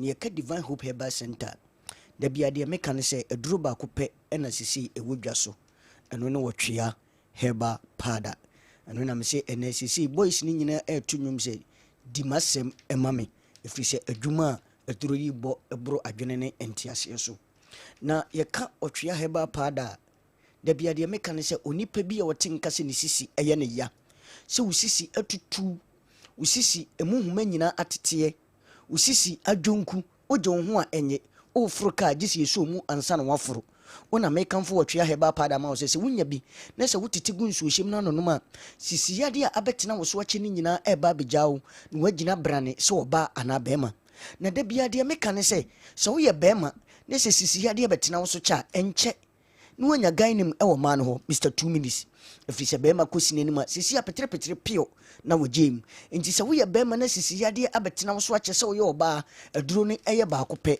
eno ne wotwea heba pada afi mika so kukunti obi pusa nani kukunti da bia meka mesi obi yafunu se de esi wuro so na ebom ne sebe obeka se epodane yama asoche ebo kukunti obi ekwan ne minim wotuntakre wo fie nyina ntim kuko huna no mu pe baabi afa ni nyina ne se kuko ne nim se obetu takra nu naso orofo se kuko na abetena wo so ache na wo pusa wani sebe se wo gya wo na obon se emoja kakra ewom obon se ahoro obon se sebe na okokobo no etwe aba mo anum adura epegi a ni nyina ne se wo yam atim untimi enya wonan sebe ukone sesu obi ewo agana bia so a sede wosi ayeyere aye kukuruku ote no obeka so wotwi moto ni nyina ne se ne yam atim kokonti orofo aduro no eye ba ko pe se koko atena wo so akyede a aduro no ye otwea heba pada na se wunya bi nunum a koko yade a abetena wo so akye ni nyina eba bejawo na de bia de ye ka ne se wo ye bema so ne se koko yade ebetena wo so cha enche na wo so wanya guy name ewo man ho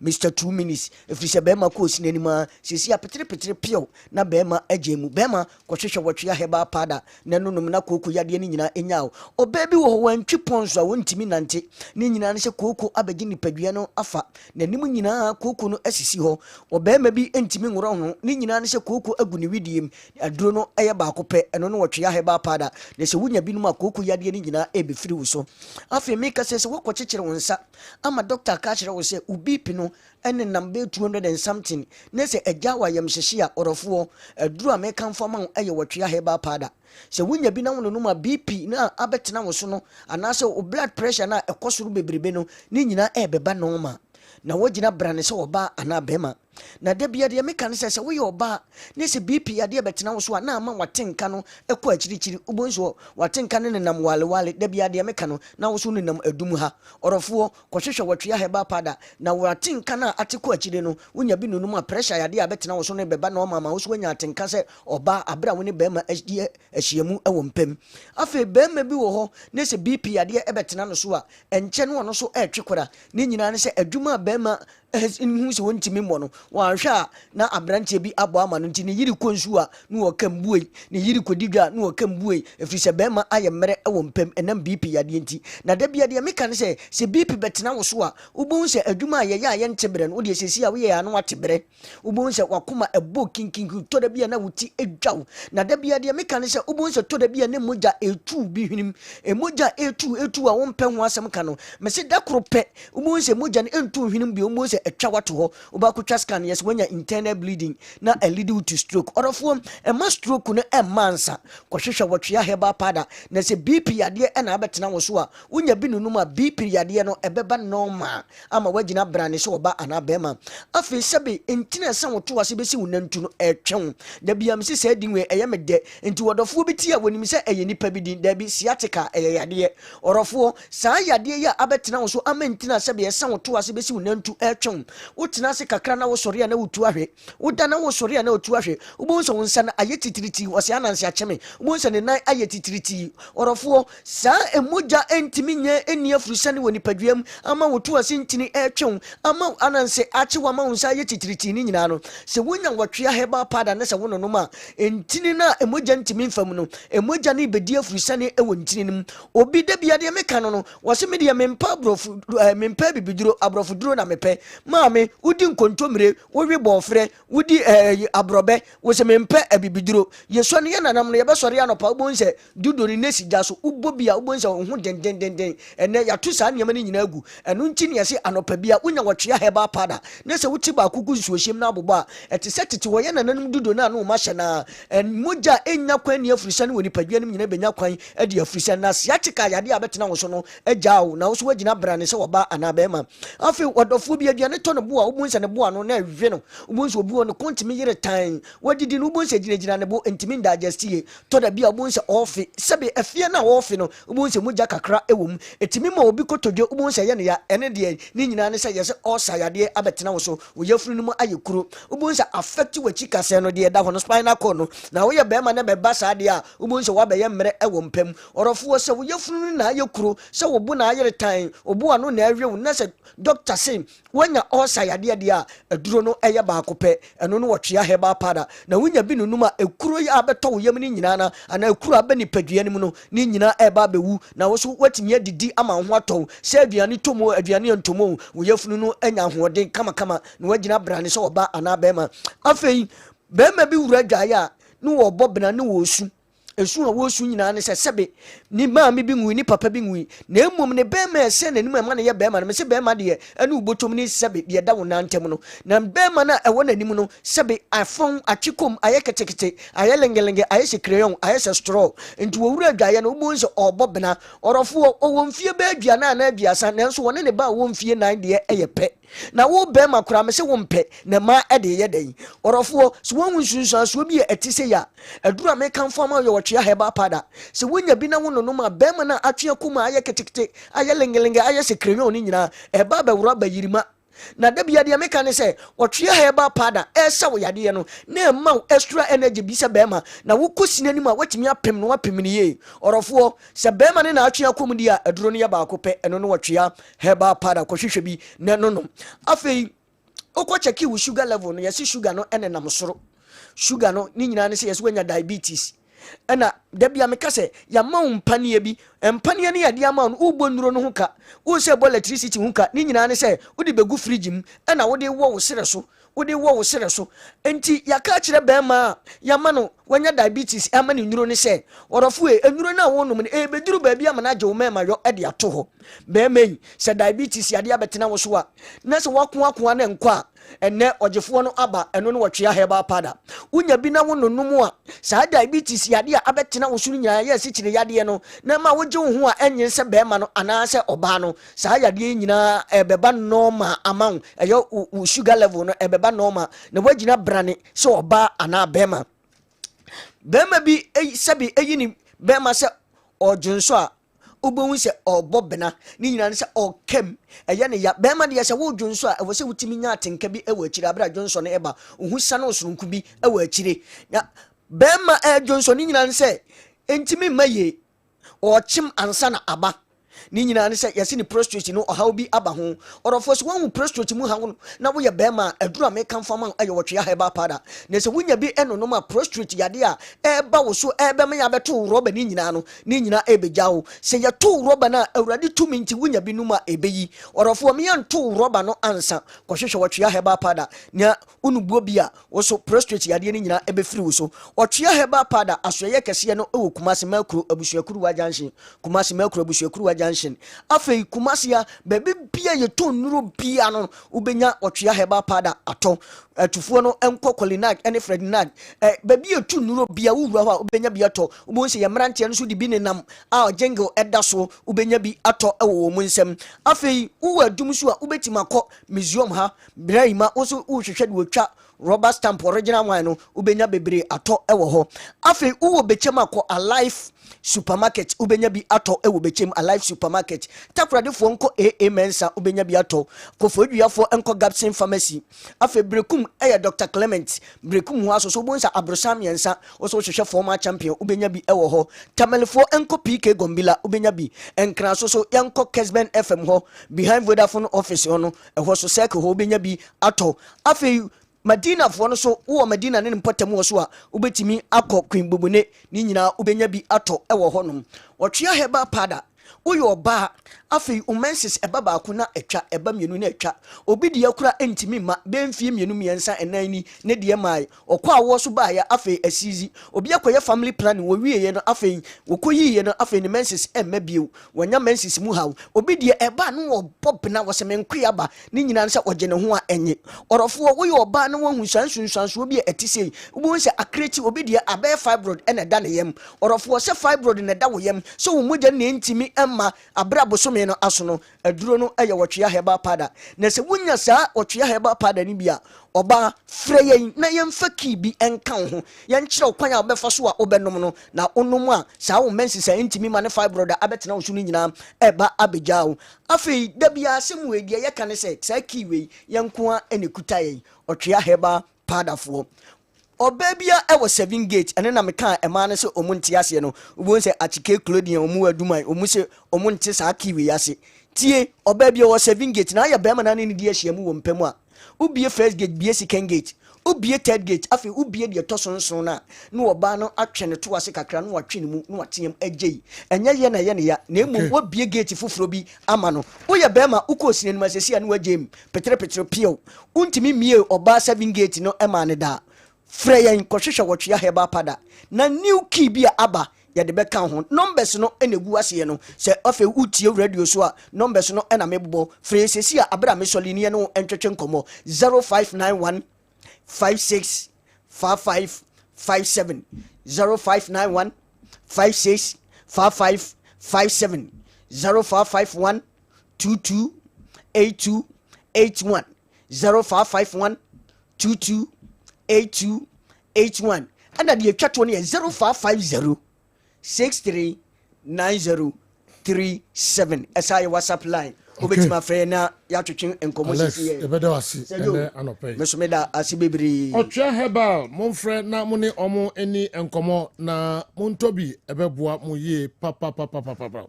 Kessben television, Kessben 3.3, Kessben 2.9 Accra. Na fe mo amosha live o DSTV channel 364, Go TV channel near 121. Yetisi montin so ene amanfo ebedi nkomo kakra. Bepamcho ewo enkran.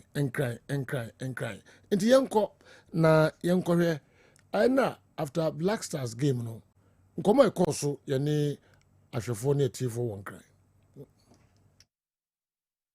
discipline here na anwarding na come up because my Ghana you say there you call him because me share games no two na your boy na ya dey child dey no na me so na me say enti say blaster dey say yes say kwa you betumi akwa na but no game no mo boy no ma mu say o eni da so ho you betumi akwa but no game no dey na omo game omo ya dey pa omo bo game pa na kama ka fa no say boys na for mo say o serious because first ni na me money but the see idea on my man say so ni pa so me so ayesi ya me ko ni mu dia mu say nkunu dia be Ghana dia say boys we see bi aye okrom na ya me ntiase ne me bi wo say mu ka kire say sabio any si balance na basta best na start say bi o mu she goals na ma team no agina ba me ka me hu ni sa ka mu ni say bi o man no agina say MBPO CBPO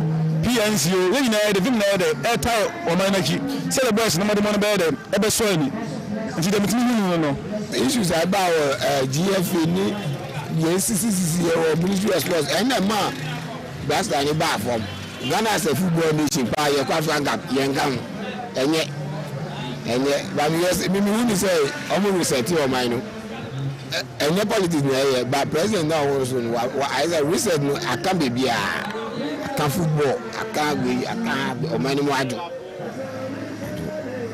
the US in there, they've got the right players. Players now was a fantastic ball.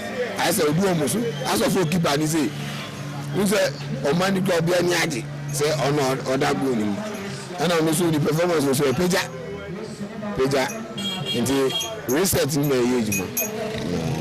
On the captains in the season, akuma mu fine na do run kase na Thomas Partey say about the kase no this is the situation until no am say akuma mu fine no mo dey boys ni na so really behind the I can say Ayu that is Jordan Ayu until no am say that is the leadership America we have picture na obia akuma to niem na first one say obi say baller no more complaining like almost guest a crowd pitch no so better but this time around a top from crowd no be we are support that is say ye pese ade ni here into leadership names are click into ye mom pa na ya sofo ye malam ye imam obi biara or obi biara the best support no with either man spiritually ye mom pa na bibia be ko ile na show say this come US in the qua young consent your down further at least a semi-final crowd to the final it will be possible for us because everything is possible. Ghana and Black Stars and we need a local backup until you know be say or you have good or here a foot kakra or here confidence kakra you shame crying so far so good. What show clean sheet into no and the performances no at least and that below into no I'm saying crying kasa ne name be ya em so obegine mu no and na beboa but me can be account say to have to take a very bold step o say ka say coach ni na anya say abendada no akofa but to me identify say we obetima ya ade nti na akotwe na bampan so ba o ye no mala sergeant kakra bia na wa peke nti na me say kudos to otuado a otu sa na me say more to it ko Premier League ayo nkofo a ye more chance na they can deliver say na mpanyifo ne kan boys no ho mo bobo no nti 1 or 2 near the omanfa no musua 1 or 2 nti once they will pick up in terms of kudos to otuado a take that boot set them say one go animase as a coach now keeper no so go animase coach no select no that guy if it is you are forgetting why he touched that ball. You haven't forget why he's coming to answer how why will he touch that ball? We are winning, so what? He's still come to explain to us why he touched that ball. You see, but Benyasari is not top notch. He's not there. Laka has been forced. We have seen him in the post. We have seen Atizigi. Benjamin, the confidence in the post is nice, and the way he controlled the defenders. You see, who say a player like Salisu, AS Monaco. You see, Ubosuro cry say big player, but who Otsia Salisu, Otsia Jokuso, omo timi compactable ni. That's what we call goalkeeper. That's all that point him reflects and no, that doesn't make you a full goalkeeper. But Benyasari is a top notch. I'll prefer Otuado to I read the first interview of Otuado talking about Benjamin Asare. He was like, when they went to training, he was the most serious player there. I like that vibe. Oma that truth, you know, and so Oma Yeko. It's that vibe. So that we can need the youth, because the football is the youth. We are supporting. If you let us know what's going on, we will know how to do our things too. But Benjamin Asare, come on, he's a leader. So yeah. So far, Ghana in 15 points. I can't find matches. Okay.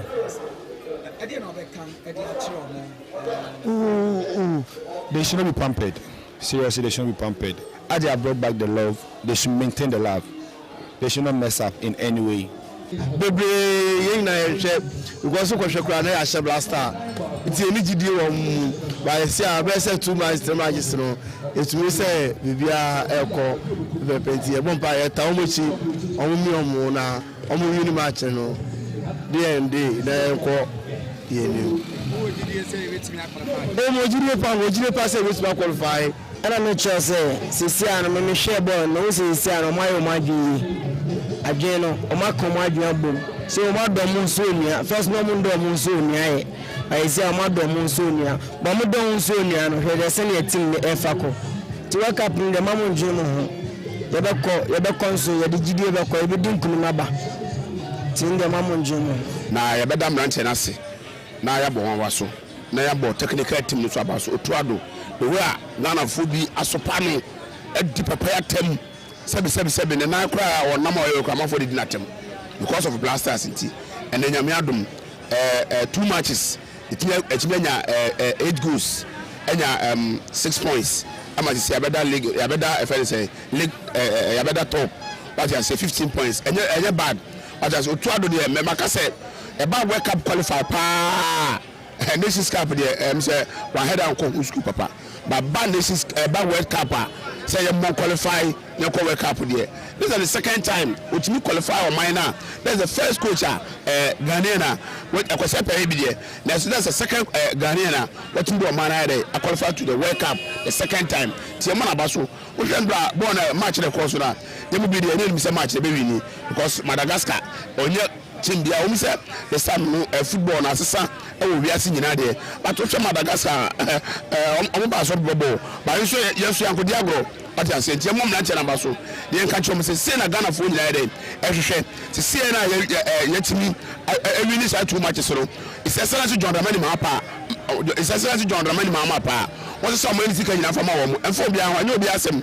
What I say, name me no make sure so to Biaka. The pair cut down in the baby and now you qualify for World Cup on a trace, World Cup is Kadabi. World Cup is say a yard of floor.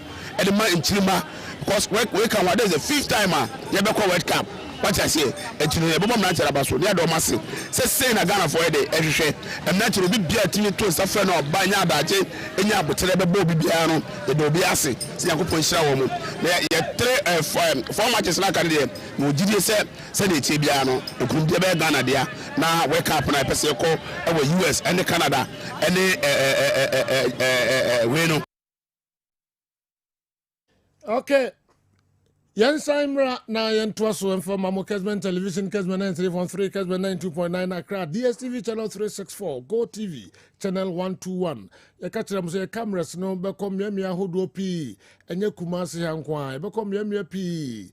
Na fe ye ne amanfo ye tiefo ne ahwefo enso edi enkomo ye cameras no omo amote omo kan no e circle Accra omo circle and a Vincent Doku a correspondent awo enkran ene omo ekodi enkomo obeti esi other areas na yahwe mo so madwen kire. All right, yeah, to also the mamo kudos to the Black Stars of Ghana.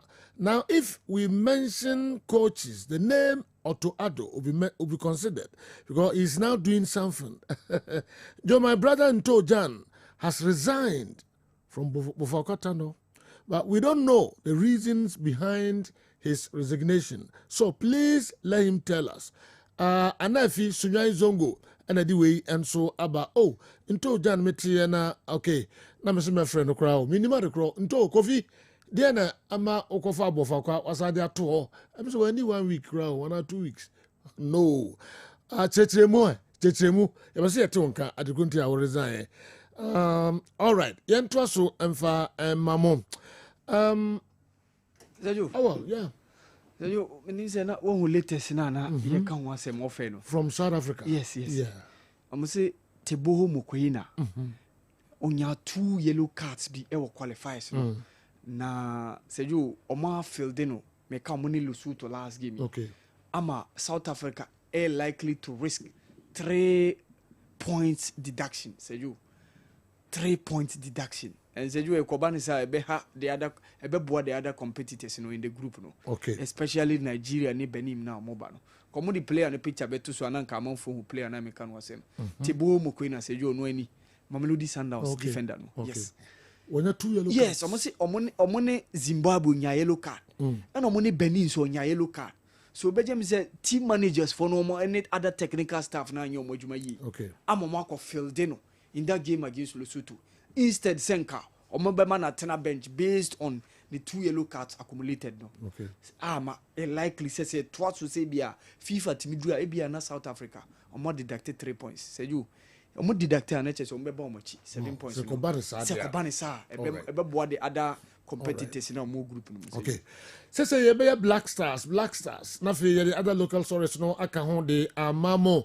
Goalkeeping goes beyond just saving and catching balls.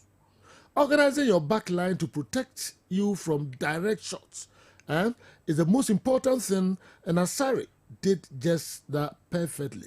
And Laka also counts, and he's got it as well. Why are we all talking about he wasn't tested? He wasn't tested. Na yepese yeshe Ghana na yepese yeshe Ghana na. Debut call-up, starts, 2 clean sheets. Asari is the man now. I'm praying he keeps his form and they don't do him as they did to Afenejan. Wow. Sikapa Methodist Hospital, lady we and so Bray. Okay. Enti yebehwe eno enso Asare oyade ye papa. Ohwe said ye foreigners said the beka no. Local boy otimi control omo pa no na eyade a na oyade jiku friend say Salisu a friend say lateral si ebeka on wing back si Schindler ene Jerome Pokunum na brand itimi control omo nyina manage in your year na oyade yemona baso. Okay. Pemsa. I don't mean to modern year. Pem sign. Oh, okay. Okay. Now then, I did bring up. Yo, General. Pem sign. Okay. General. But that's a P. Now, with your phone in answer. Now, a T4 near force, ya movie be a quaba. At about Pem Sign Company Limited. The cements, vital herbal mixture and capsules at their bedjasso. A drone was one and ran a day agino. Ye can food ya mo bia or tea and answer or shay bia se o pedro bia a bit me out counting where yin tinuma mentinuma daho na meja et me dear fusani ye na boa na usisi ya dear near dinna qua ensign a do cements vital herbal mixture and capsules on and go fedro bia because we need a draw a bit my bow. If you say a catcher on pain piece, a draw ye can once me. A woman and draw who do beer, it me boy and yen tina, a moissy and tina can't so often family in ano. It could be a beam, I'm a mwadaho, true nitric oxide. And he said, oh, a bema, sebi, na umema semno, utosini, ubema nesini trasse. We are bema, won't mean tutu, and more piafo. I feel we are bema. Sabi won sorry ahmache krama obema empejada anaso obema nwane woda na eso obema ye no na eto sinipa eno wusa nipa yi ene e kanfo aduro nwanwaso agan e de amawo cements vital herbal mixture ene ne capsules no de amawo se wo ye bema bia wo sa no pa bia obema timi nwane o na nwane wo ade wo sa ode ne se wo be nwane wo yere na wo yere asori akopra afi no asiesie fie kama enti se wo be ma no de unhunu sa de ni fan se mfie kakra ni unhunu bi da anasa acheye se wo hu sa de ni bia tumika to aduro ni bi nanom ebe boaw ama be ma na ada no wasi ni trase no watimi apagya ni mu efri se moja be de afu sane wo be ma no ama be ma na timi asore agina so yie na wo so watimi de adidwuma afi so be ma bi wo no ma sabi ono hunu nse ne ho den sisi a na asori agina so kama nanso ono oba bi hia ma sisi a na oda ya na owo ne nan premature ejaculation adokro ne pa me pa cho nkona tumni kana kota aduro ni bi nanom efise wonu maduro na ebetimi aboa wa wetimi akwache saa 30 seconds 1 minute na da bia eno na wode kono nei wo ba be ko wanim be 15 minutes ko 30 minutes na so wo hu se afede o mema ye no etimi asisi ne hu so ye afi wo ye bema wo bema kro na se ne wo ne oba hia mu ba ko pe eno ano no untimi nko biem na afede aduru ba bi se bi kronto twetwema me so ye bema na se tisade a eno ye nigu papa me ka kire wo yira ye se unua ba na oda wonchen untimi nya hwe be pato tumika to aduro no bi ne ntimi muaw na nso gina wona so yie na oni oba ni hia ma ya mama opiafo afen so me ka say obi o ha o yo ba o ye bema nanso atenka de atenka oni bi low libido na adokro no me pato so tisa edro cements vital herbal mixture and capsules bebo papa wa atenka na ayira no do why say oba no why say do for chair wo da ho na fele de akoye nse banchi kra da ho ayetimi bo me pato eno ani me sro e bra bema no ho aye den won paso no so ma ho nya den na nyina ntimi hia na ni je ni nwie peye ni nyina so be fa ye number no 0240 61 60 61 0240 61 60 61 and I say 0205 57 35 55 0205 57 35 55 free number way I face send the WhatsApp message uja audio uja text message ye ba be reply ni nyina de amount doctors ni bi we kire on be fa on no be di nkomo be bia obenya aduro bi ato bia no on be kire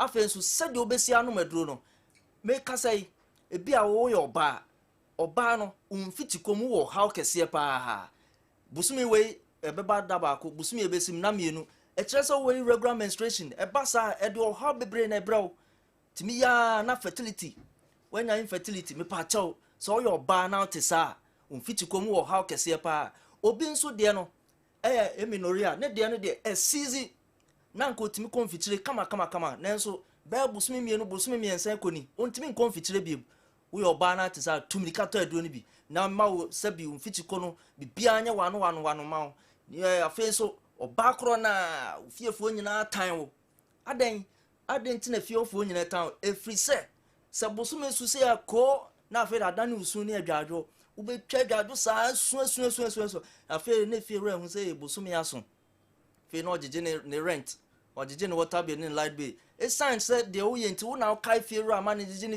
ne fie water bill ni adinti efiofo nyina de wato tankuruam me pato enne de yeyi sa na mani fre nyina fru ama wa bra obetu anamo no akoto cements vital herbal mixture ni bia no na uta no wa fre ni ama dosage efise mbe ma no se do msi nom ema mu gina so brane na untimi de bo adwuma no enne oba na mfiti komo wo ha wo no ne nom ne nya pentu na so be fire number na gu screen so no na radio phone no so 0240 61 60 61 phase 0205 57 35 55 afen so obi ho no ma ne de na sciatica na adokro no pa ne to ase twetwe no me pato na oto ase twetwe ho a edro bia ne wa betima bo eka cements vital herbal mixture sedro we ebe yi sa ya oni nyina afiri akwa ma ebe block pains na wuti ni nyina afiro ebe mentin ma da omoja be di afusa ne nti ya na wuti no unti biem ti ko na koto aduro ni bi na oto anu afre ni ama dosage efise mema se do msi nom no eni oba ana se obi a owo sciatica ne nom ne nya pentu frɛ ya ne a kyerɛ se do besi anu na bibia e kama de ama afen so wo aba ko jaw 9 na be hu moja wom ba na ya na muntie ne pa we asem na me kan hemorrhoids koko hu asem ne yekan se koko adokro enti ukoja na won se moja ko ewo mu a me pa to aduro no bi no ebe ma ni nyina atwa efri se moja na eba no kokko dia na kire se hemorrhoids koko unnoma ebetwa obi de na rectal prolapse sabi ukoja na abonse ne kokko bu ne yiba saa nneɛma no nyinaa no ɛbɛboa kama na mogya no nyinaa firi hɔ nom na sɛ biribiara kɔda din de ama wo ne nyinaa wofa yɛ number no afrɛ yɛ a ne ama wo dosage na biribiara yɛ kama de ama wo afei nso obi wɔ ana ne sisi ɛno deɛ ne matwa wo kuruse ne maka kyerɛ sɛ ɛduru saa berɛ no deɛ a sisie no yɛ ɔya ɛnyɛ accident bi na ɔnyaeɛ ama wo dompe bi mu abuo na mmom wo deɛ no a yɛka ho asɛm no w'adwuma a woyɛ ntenase adwuma ɛnyina ho adwuma enti ama woanya haw wɔ sisi mepaakyɛw tɔaduro no binom anaasɛ wonya yadeɛ bi ɛna yadeɛ no agya wo sisi adeɛ bi te sɛ ɔsanom anaasɛ obi wɔ a na wanya typhoid ne nyinaa ka ne sisi obi a ɔnya gonorrhea aka ne sisi saa ɔha wei nom no sɛ wofrɛ semens sɛ bi a wonyaeɛ na ama wo sisi ayɛ ɔya nko adeɛ a yɛbɛboa wo na wo sisi adeɛ no nyinaa firi hɔ akɔ ama wo afei w'adwuma a woyɛ no wɔne tu walasa wokɔ na woba ɛno nti yɛsiw sisim sisi ni a woyɛ dendendendendendende biara na wobɔ bena aduro a ɛbɛboa wo ɛyɛ semens vital herbal mixture and capsules agan no bi wonom aduro no duru half ɛwɔ sɛ wo sisi adeɛ no kɔ yɛn nim adukura a yɛka ho asɛm na aduro a ɛtumi agye awɔdo deɛ yɛka yɛnsuro yɛde nsa si yɛbo ɛka sɛ sisi adeɛ nko ara na ayɛ wo na ɛnyɛ dompe ne mu abu deɛ a nom aduro no wofrɛ yɛn ne ama wo dosage no kama sɛ mesisi na ɛyɛ me ya enti menom ne sɛ ne akyerɛ wo sɛ de wobɛsi anom no afei hemfa na menkɔ nkɔtɔ bi yɛbɛkyerɛ wo store bi a bɛn wo bi a yɛbɛkyerɛ wo na wakɔ hɔ na wakɔ akɔtɔ aduro na wanonom na biribiara yɛ kama ma wo number no yɛ 0240 61 60 61 0240 61 60 61 afei 0205 57 35 55 0205 57 35 55 frɛ pemsan yɛduro nwanwasoɔ semens vital herbal mixture and capsules no ne yɛnkyerɛ baabi a wobɛnya bi atɔ afei kwan a wobɛfa so abɛnom no woyɛ bɛrima na ebi a wo prostate wɔ soro wo sugar wɔ soro a wode ani nyinaa frɛ yɛn yɛbɛkyerɛ wo kwan a wobɛfa so a ɛbɛma wonom aduro naa no wobɛnya ho nsunsuanso papa a ɛbɛboa wo na afei mfa so agodie no nso biribiara yɛ kama bɛrima no bɛsɔre agyina so kama wobɛtumi akɔ akyɛ na twetwema me ne ade nyinaa nso afiri hɔ akɔ ama wo gye no a yɛde nyinaa bɛsi a okay yɛbɛda wase yie papa na momfrɛ numbers no na mo ne ɔmo ani nkɔmmɔ pemsan semens vital alright nti na ɛno nso ɛno no thumbs up to Otto Addo and the entire technical team for the lineup and the score line yesterday. They proved me wrong only yesterday and they deserve applause because assuming that it had not gone well, I would have been the first person to criticize them. USA, here we come. But I will advise anyone who will join us to the USA with the intention of staying after the tournament to use the right documents in order to be able to work over there because Trump will make things difficult for you. Life abroad isn't easy as people think and see from Ghana, especially those without good documents. All right, Michael Abebu and I decide for Tui and so am I. Okay, Yaya Mohammed say I don't agree with Franco Naro because when we speak of experience, when we talk about experience, Benjamin Asare has a lot of experience. Perhaps he doesn't know him that much. I've known him since real sportive days. Just that he didn't get exposure earlier. You can see the confidence in him. Yaya Mohammed, the Yaya, Brekum to say on a day message way and so good morning or good afternoon to you all. Please, if I may ask, how old is this goalkeeper Benjamin Asare? Oti kre, and do every rate give it and so Oti nebusa yebere na de amount. Clement and others more messages no ewa and so ebeba later. Mamenye Julian sees that they info quickly. Julian essay. Good afternoon. It's a sign of maturity on the part of Otto Addo to play cautious in a bid to qualify for the World Cup. The hands around him currently are actually aiding hands and that he must endeavor to grow with them. He will eventually qualify for the tournament. However, he must learn quickly as Ghana is here marked to repeat history and set a new record. They only need to resolve the captaincy issues at last. Whoever advised Ketokreku to adopt inclusiveness did an excellent job. You should therefore maintain the momentum, but guard against our vain glory. Meanwhile, Dr. Usu Ansah and those eager to watch the tournament in person should start preparing their travel documents. Comoros can choose to win 10-0 against Chad today, but it won't change our fortunes. The energy is very positive, and they must not lose focus. Julian Caesar. Yebaba Black Stars discussions no eso kakrana for the other stories. I can make it local stories in no ebebre. Ne mom se me kan anopa no ye ne Safo Jemfi the Black President. Ekodi enkomo kakra. Me pese ye betie no okasa fa eye kotokone baseke game no eho. Okasa efa Samuel Tinedu ne yellow card no eho. And afei Abdul Ghazali oye coach Emma Baseke. Okasa kakra efa ne attitude no. Sanso ena okan bibi efa Mohammed Ahmed Polo. And so eho na afei juju in football. En chakra yinte kakra na fi Yemra Black Stars discussions no. Safu Jamfi legendary.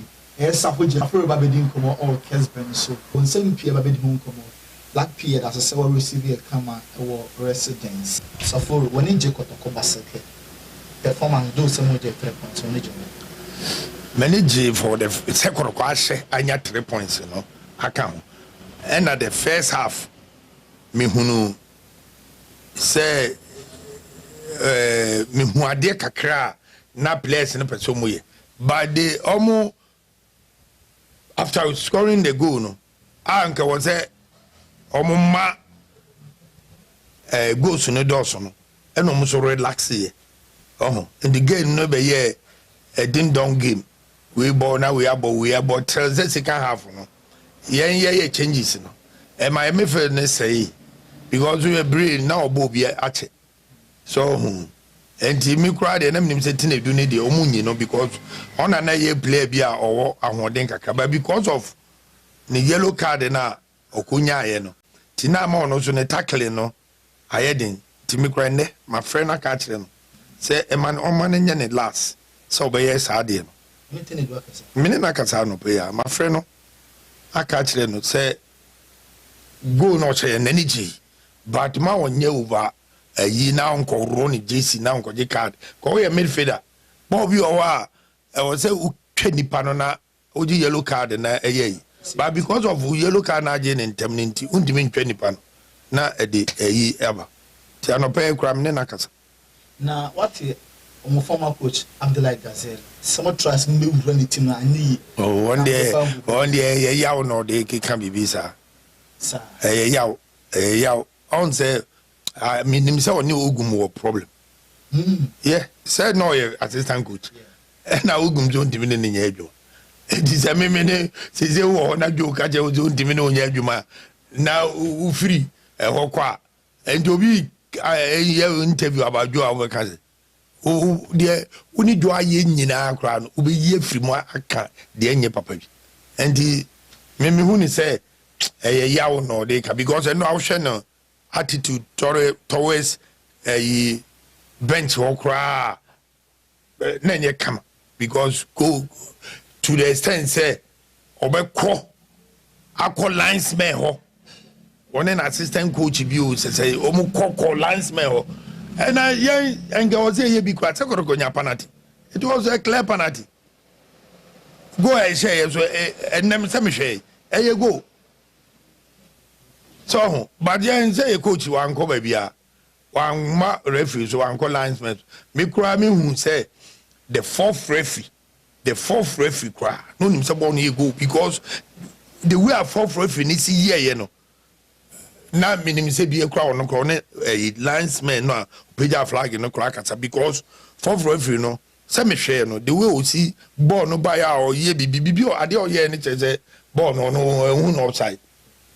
Enti F na charge Gazelle kotokon so be susu say omo taking on and omo jama. Oh, say we the F are taking on so no na onkonko yi na no. Say we see kotoko run place. On for play akro no enko efe ho ko chere the player we no I tell me nipa of friend no catch and say if you are bosha or hona say and I who they mention no yeah time no and you will be a quarter player me during my game no yeah bono born I didn't defender no hard you know yeah banner hard you team boost out say now crowd team bonus send the mawa oh big or to be a 550 cities means your program 100 cities bones a player no one man more in coffin the football the tactics footballer no I bet me cry aye no be na ko hu obi ama wo during game no bet me ni player no e go go na brabo play me brabo me ma wadwe me be ne corners ya win some match no kutoko akwa league during the game no ena kwampu mafia wo bo tere ho nyare ketwa o because wings no ne betim dia se nkofu kwa me su jira wo gbagbagba wa na me ko no ho na me kwa me wo bo gbagbagba lo mo te ne we mo makoji o mo agi kwa me dia mo dada wa pe do di mirika o de mu an say the ball na fa no power na se ho wo ko ayi defenders no oni o ma se mo makoji na the football there adwin obetimi di a confuse other player o player bi o be tackle din now grade now you say me kwa my arrangement ma o koroko for be foul and no your boy we are na meeting via but see football the tactics so who footballer no ball during game no ubet me jame feda meet me read the game no player bia or you so stubborn on or high me babe da so a chese ball no kwa mobi ene yapon me de bi ya large bello kotoko ni okọ United Kumasi Sports Stadium me de bi ye Mohamed Polo same na me player me respecting in Ghanaian football pa any Mohamed Polo we onimbo bossing Ghanaian players me ni hu mu nyina Polo ye all time best me na me ka kire o ye na tutu Messi mpomu me say same no kotoko ni has ewo Accra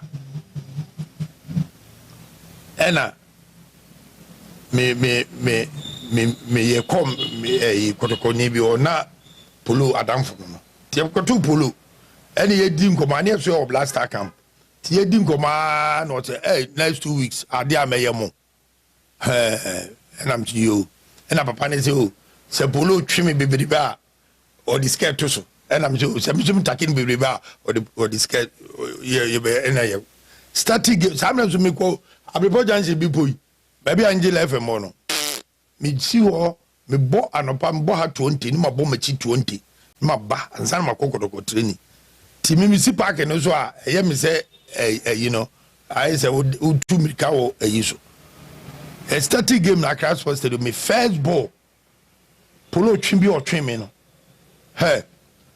what o twabo no ma o fa ma chi be fa ye na me da o ze gbam na from there no me taki no akwaji nsuo na me call what na asafo mpese me bobo ni bia na de nkwasasem na ye call dressing room call dressing room na me gina ho gina no so e wo dressing room se na house on se na me say coach sim taki Polo afide Polo afide no meti ona no film Polo me na me ka kire oni mbobo papa ye Ghana ye ka footballers abobo Ghana pa me de me side de me hu ye ne de Polo no the best because I'm in Bob blaster or control ball no cry be off or control ball no cry be off na cry the will be say I'm a passing to passing so trust it down super pepe you yeah tag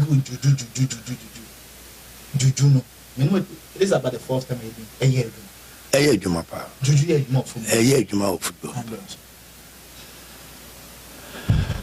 so we nipa so down to pum I didn't know to security yes and the home security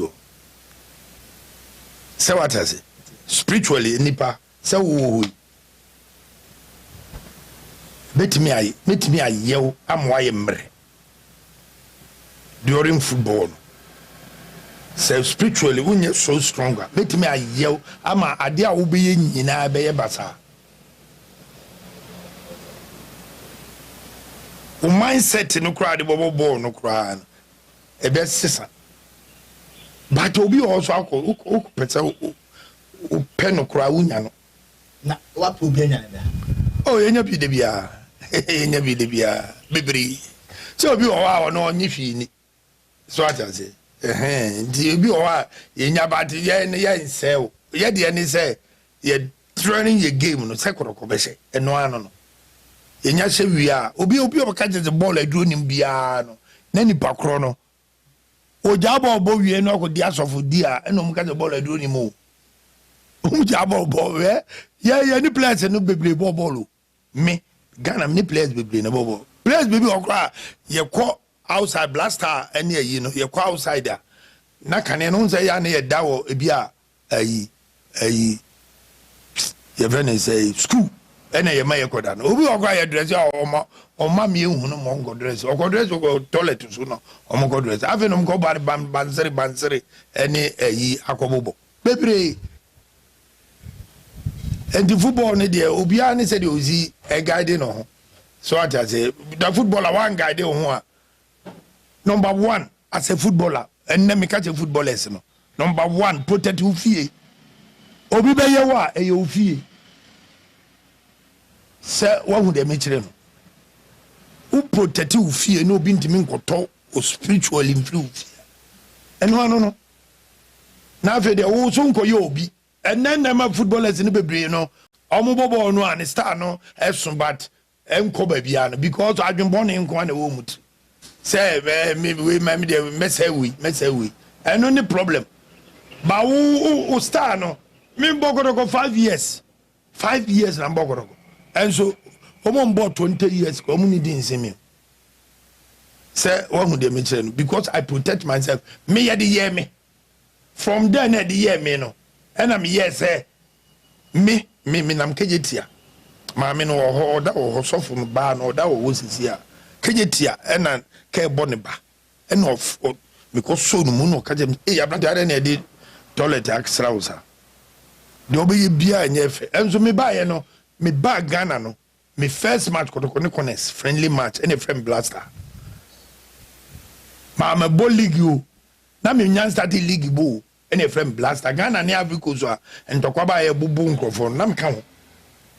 Any different me blaster. But from there no, I started to time no. After the 13 JC and no one say me. Mentiase, because me who plays in a bonwa. Me who say me who Nigeria o bien me kwa American kwa Nigeria ni bi. Me ko toka we on ho. Me bo me dinse from Garba Mohammed nambo Lagos ne pape. Car no 8,000 or the man 5,000. We bought a Garba Mohammed. Aye, a great player. Of course, it's Saudi. They're from Garba Mohammed. They were Nigeria. It was Saudi. Some me, I'm a Muslim. Me bahana be safujem. Oh, and the football there, Obika se bibi ni mo. Only say any kwase footballer we ye eko to extend say obe say o young player. Who the facade at the end of the say o young player. Fa ma wo na jiuti.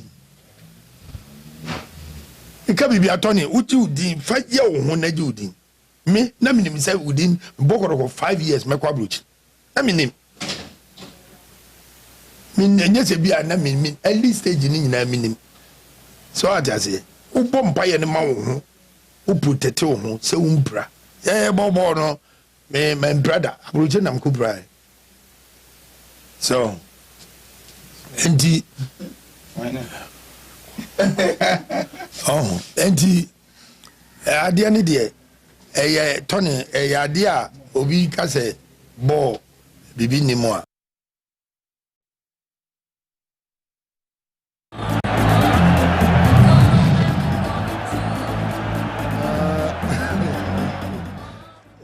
Okay, yes, I'm right. The Munina Kwaba, the Black President, Safu Jemfi. I feel the Martin, a month for friend Gabu. signed the Garba, the Nkremodini Garba. Or called Nigeria. I want any Joe City. Yes, yeah, I think we need additional one. Yeah, I'm prepared to no could be. Also could be, but we were first part. The second part, remember? There's somebody too. But also the best ever player who Ghana on one casa any Mohamed Polo. Honestly, nanka me pese Tony Pisa na say. Minim say only Abedi Pale boy. Yeah. And only Mohamed Polo. Senegal the two. Only Abedi Pale was in the same team. Yeah. Into Probi obit my that comparison very well. Okahubi. Because he played against Mohamed Polo, played with Abedi Pele in the national team. Okay. Tinanka me pese obetche difference in woman team. Because Obia left footed. Yeah. Obia offensive midfielder number 10. Obia twi obia shoot yes it can be person kasafo be my difference and wo omumienu ntem anunti o place Polo ahead of Pele. Okay, so we musa na question we misa but say all time there ba wono omumienu nyina boy oni Polo boy oni Abedi enso boy na o se still no place a wo wa show mo de Polo and the best o Ghana ha Okan sempi but later we nim say obesans mo baby hu pa ye adwen edani trim a odebo football no enye skill set enye bibi adwen no say oni player gina park so no akoka kire player ne say ubonus no yes say so kotoko for credit kan de ohun komo this season e be ba be foul player no ye hwan that time you can say oba kotoko that is the ultimate in Ghanaian football those times no say kotoko be foul also on Alhaji Bello Oko United one of the top players at that time no this ejuma we achichira so na mo bobo na de yanka nchire wa na wa yire wo sa yeah, this kind of way anyway. Was it player be the call Lomoti no say wo makwaji o. Ai, so no. Na e kwan da ho na. What taking na no say. Na wo safo kwan na fa so bobo na ye. Na kwan odo mfa. Ada na wa yire ho sa no. Ada scan we nya bia na. Interesting. This coming. When we ma beje, wa nya o de. Na player de nya briko we so. Was o wie na say otinifia ya wa ba ho say. Yesi be boko to ko di. Yesi be boko to ko di wa ba. So on the field, we say you should not do the BT around for. Oh, Safu David. All right. Bosaka simply said Ghazali, Abdullahi Ghazali, Baseke coach, no. Yeah. Obina, or the yes, I didn't touch line, no. Kasa. Bribe is the same now. Only Dr. Ugum, a problem. Safukaino. Oh, yeah. Yes. He's not far from right. So name the history around it. Ogumba bi mbeto Ghazali. Ogumi yeso ontumene nenye edwuma. Omudi Ghazali ko youth team. Ene toema omudi ja Ghazali kwa. So probably ehu ya odie ene she Ghazali mu. But se sanity ene minua Ghazali, he's not being professional. Okay. In modern football, head coaches have their backroom staff they work with. Na so beto ana on trust wa na say wa dwen e wo coaching mu na ne de ebo bra ebi okra we good sometimes kra ne bi wa head coach no so for the fear of you kra so ti kra no betima ba so ontumi na onya adwuma fear say be a the potential to take his job. Who was it? Mourinho. Eberman you no na be brejidi senka say what's my Rangix according to kind of backroom staff. Okay. Mourinho say positional Rangix epe wo team no eno ye de ono ye de amano no is the reason he can't keep gigs. And there are several reasons about head coach be no be nyadwuma, but you need to move on. Sure. And then Nyamiadom, we a head coach of a Premier League team. And Tebim pa and Koanya Osanke na oda association asia and you are not the head coach. And you should look at the positive side of how he treated you and say and no dem will move on and now we head coach. Now so they know who you dear can say seriously. The comment he made is a serious comment. Safu Jemfisi FA na ni delay on the document near Denko. Say me I would advise Kotoko say omunjai manin see FA for no ma. So evidence be an order call. Say Kotoko for the omubeye no omu campo. Omu successful through their players no. And no mo they be there the park so omayama referees see omu no. I think Kotoko should move on. So the evidence to me called there then Ebeye Kotoko Asudie say Okoyina no with those allegations labeled against them. Okay. Other than that, Sekotoko person or litigants or they can also take Gazelle on to prove Nyambabe no mutimun because a go mutimun. And okay, Meko Kwame Miki Oba Kwame Mami nko Dr. Dawood Hoka Krebi. Okay? And I hope so we will be Mastercard. Oh, Mastercard unya. Papa. Obi here Mastercard. Meba me ticket meche VIP tickets. Okay. For MTN FA Cup matches meche 4 aka the match no. Okay, na fi ya twas. But obi so say Gazali nka ma onye ungrateful. Na onfa nke kansem say ngu tima expose ho. What's Kotoko the more exposure? Of course. Kotoko they do call refresher course. Yes. What's it? UK. Oh, UK. Yes. Yeah. Until the net team, I say, he should never be. Even Ghazali attitude on the touchline, for me, leave much to be desired. So it's a little decision from the linesman, no rushing. Many Dr. Daniel Uso and San area born. I was like, what's going on? Yes. Ghazali. That's overreacted, so you're too passionate. Yeah. But seriously, with CV, brightest part of your CV will be written alongside your involvement with Kotoko. Yes. Until any your personal hatred for the institution. Yeah. But he has to fight and defend the corner he is, but not to exhibit this level of hatred. Okay. All right. Mastercard, UEFA Champions League, Ebekoso Munich. Now, person koshe UEFA Champions League finals ni bidia de hian say obobo modern we use Mastercard no now there are transactions ahodo every March 3rd to 30th of April next month 30th and a jumedi no ebeba na wiye na for UEFA Champions League finals no eba bekoso enunti and also use Mastercard no use Mastercard no fato ade use to Mastercard no fedidwa na the more we use Mastercard no obi en se Mastercard de e reliable we use a o code no kwa no obi no betimi e use code ni bi enu nti e na obi ajatum a wo use Mastercard no nti use Mastercard ni bi na emboa enu na be ma opportunity na UEFA Champions League finals abekoso e Munich no wetimi akwakohwe bi o 3 days na obedi o airline ticket adebeko o return ticket 3 days la bekwa kodi o nyina no Mastercard and a befa hoka and unti shenin som nabomodin e use Mastercard ni bi MTN everywhere you go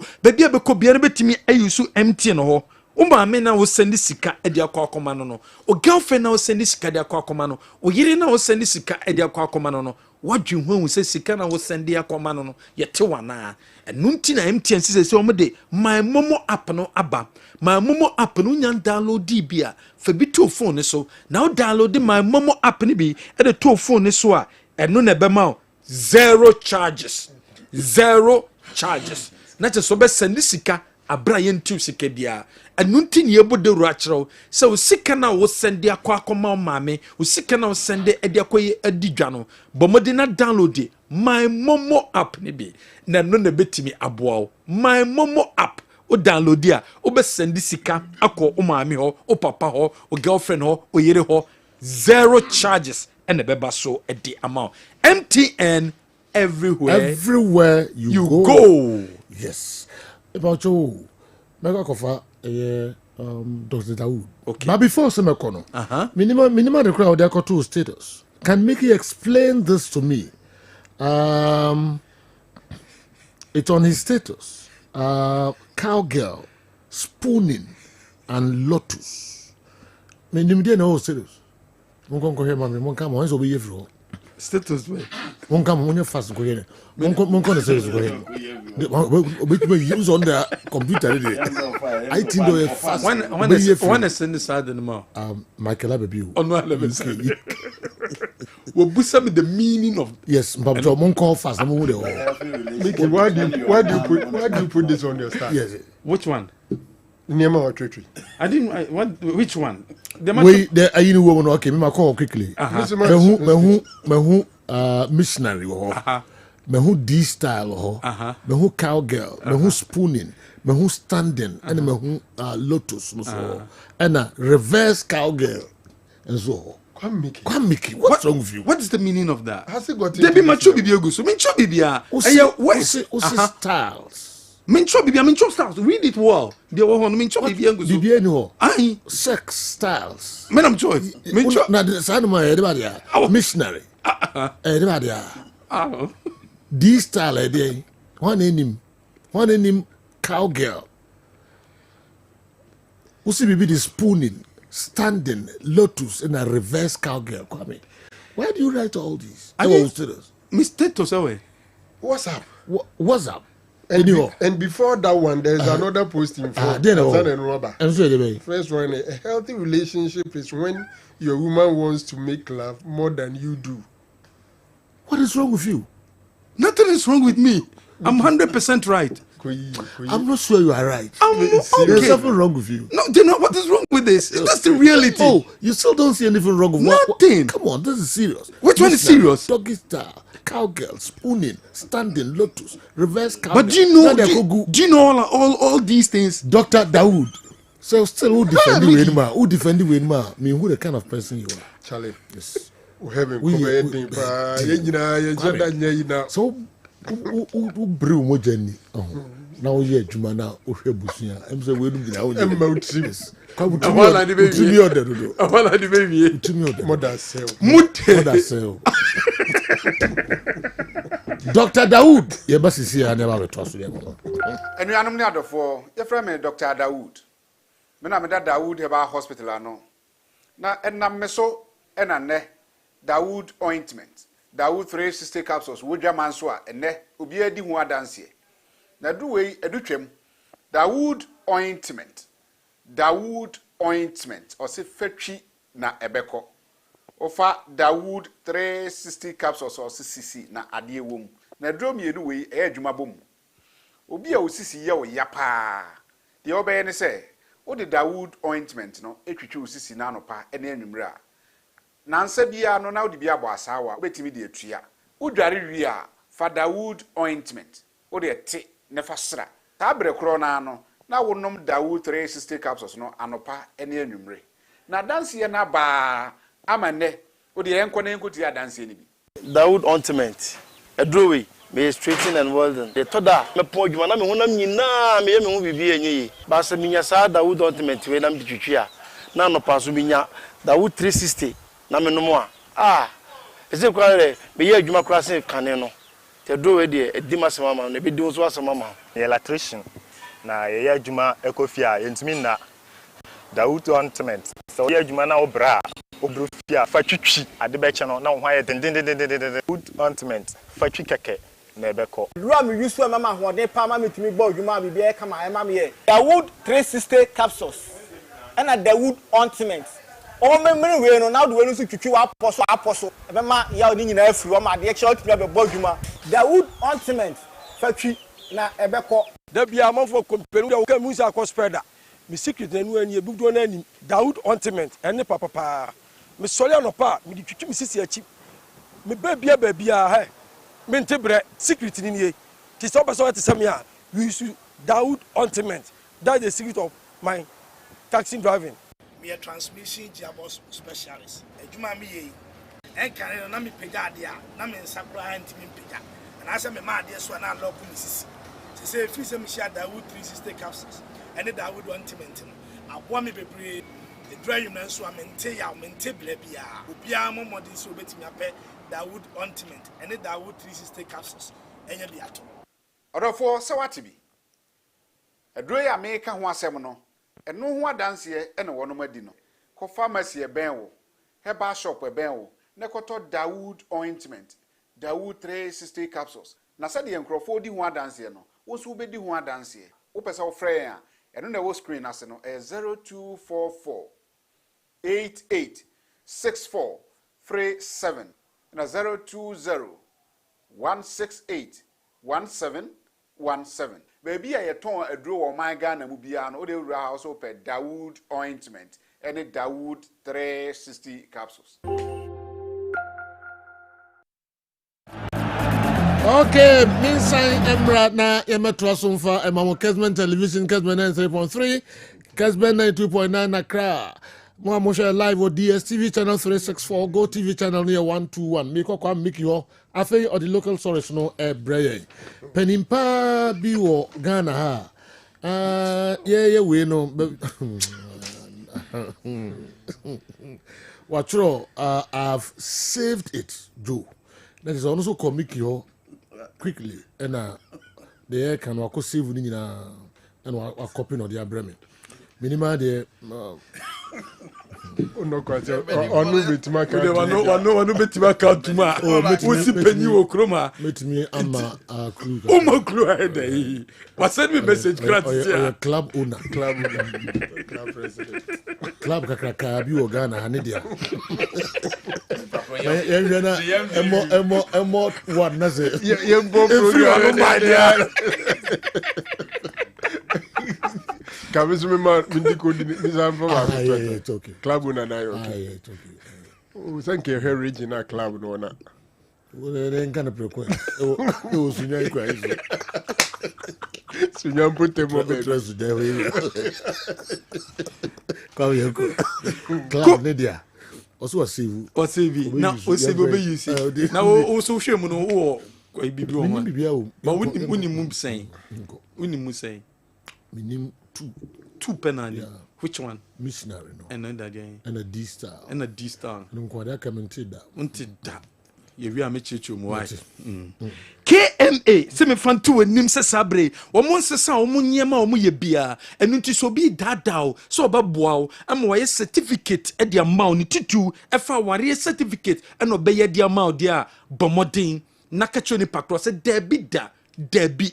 Untimi nya mame ame fa mani cheke me marriage registry wo retro park nchen ben Lancaster no omo se bra ba ware ho certificate bia bra omo so ye omo na betima ya ma mema connection man bi ndanda mema dantem ni bi emma omo abeye dia ma omo se ba customary marriage certificate 102 Ghana cedis ordinance marriage certificate 242 customary divorce certificate 350 search for loss certificate o certificate no wo bi na so ayera o per certificate na 52 Ghana cedis per certified true copy certificate and no say 102 Ghana cedis authentication of marriage certificate and no say 50 Ghana cedis per and abetua aware ho certificate bia se divorce o se was diebeyo bibia na so per ya kwankyere bia fa marriage certificate umbia bebi no so ko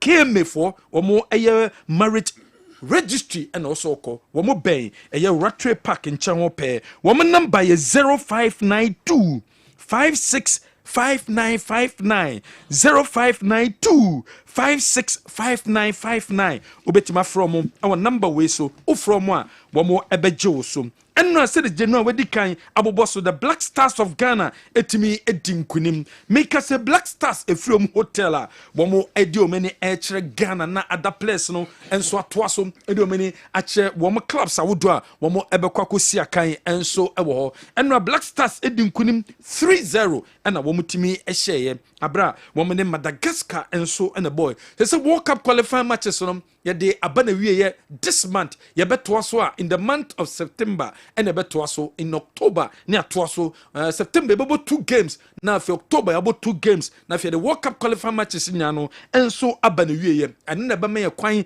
ne team sawodo a wo metima qualify e de akọ World Cup ni be ahead of a year game na say game no ensunsun so ba na wiye no na Samojan we former captain no was only place ni din komo no or the two place na nim say game bi wo ha coach ne be lineup we lineup ya obama mo starting anaso ba mo strategies amu nyusi what the strategies ni mamu ya asa dia ka no mu players no mo na so mo ko park ne so na mo ko chire bibia no na aya dia coach no e de ne dia beba coach ni dia ba wi dia ka no mu players no asamo jan what we for us everything is going well, you know. The morale, the confidence level is very, very high now, you know.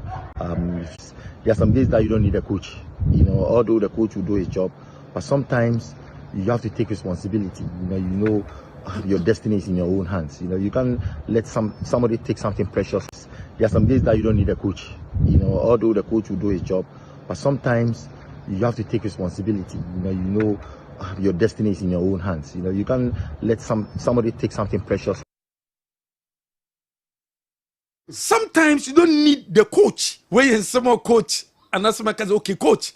As someone Jan or they are two jam, if you look at Lance's crowd, so a coach, what they are two jam, and so our home. Now say Joe Benjamin Asari, and once some said DNT and a coach, about risky, now for big game, say to some Madagascar or the Nibetum, and a coach, a Chirimu, I want some Tufun Shimu, or Chimu DNT Benjamin Asari, or that child game, no Sasso Dam Madagascar and Su game, coach Oto Ado. The moment is, I think the next game is in June, and at the moment he's the number one. We decided for him. He did well in training. Like I said, it's not like he's here and the others are there. So we have a good situation where the goalkeepers are pushing each other.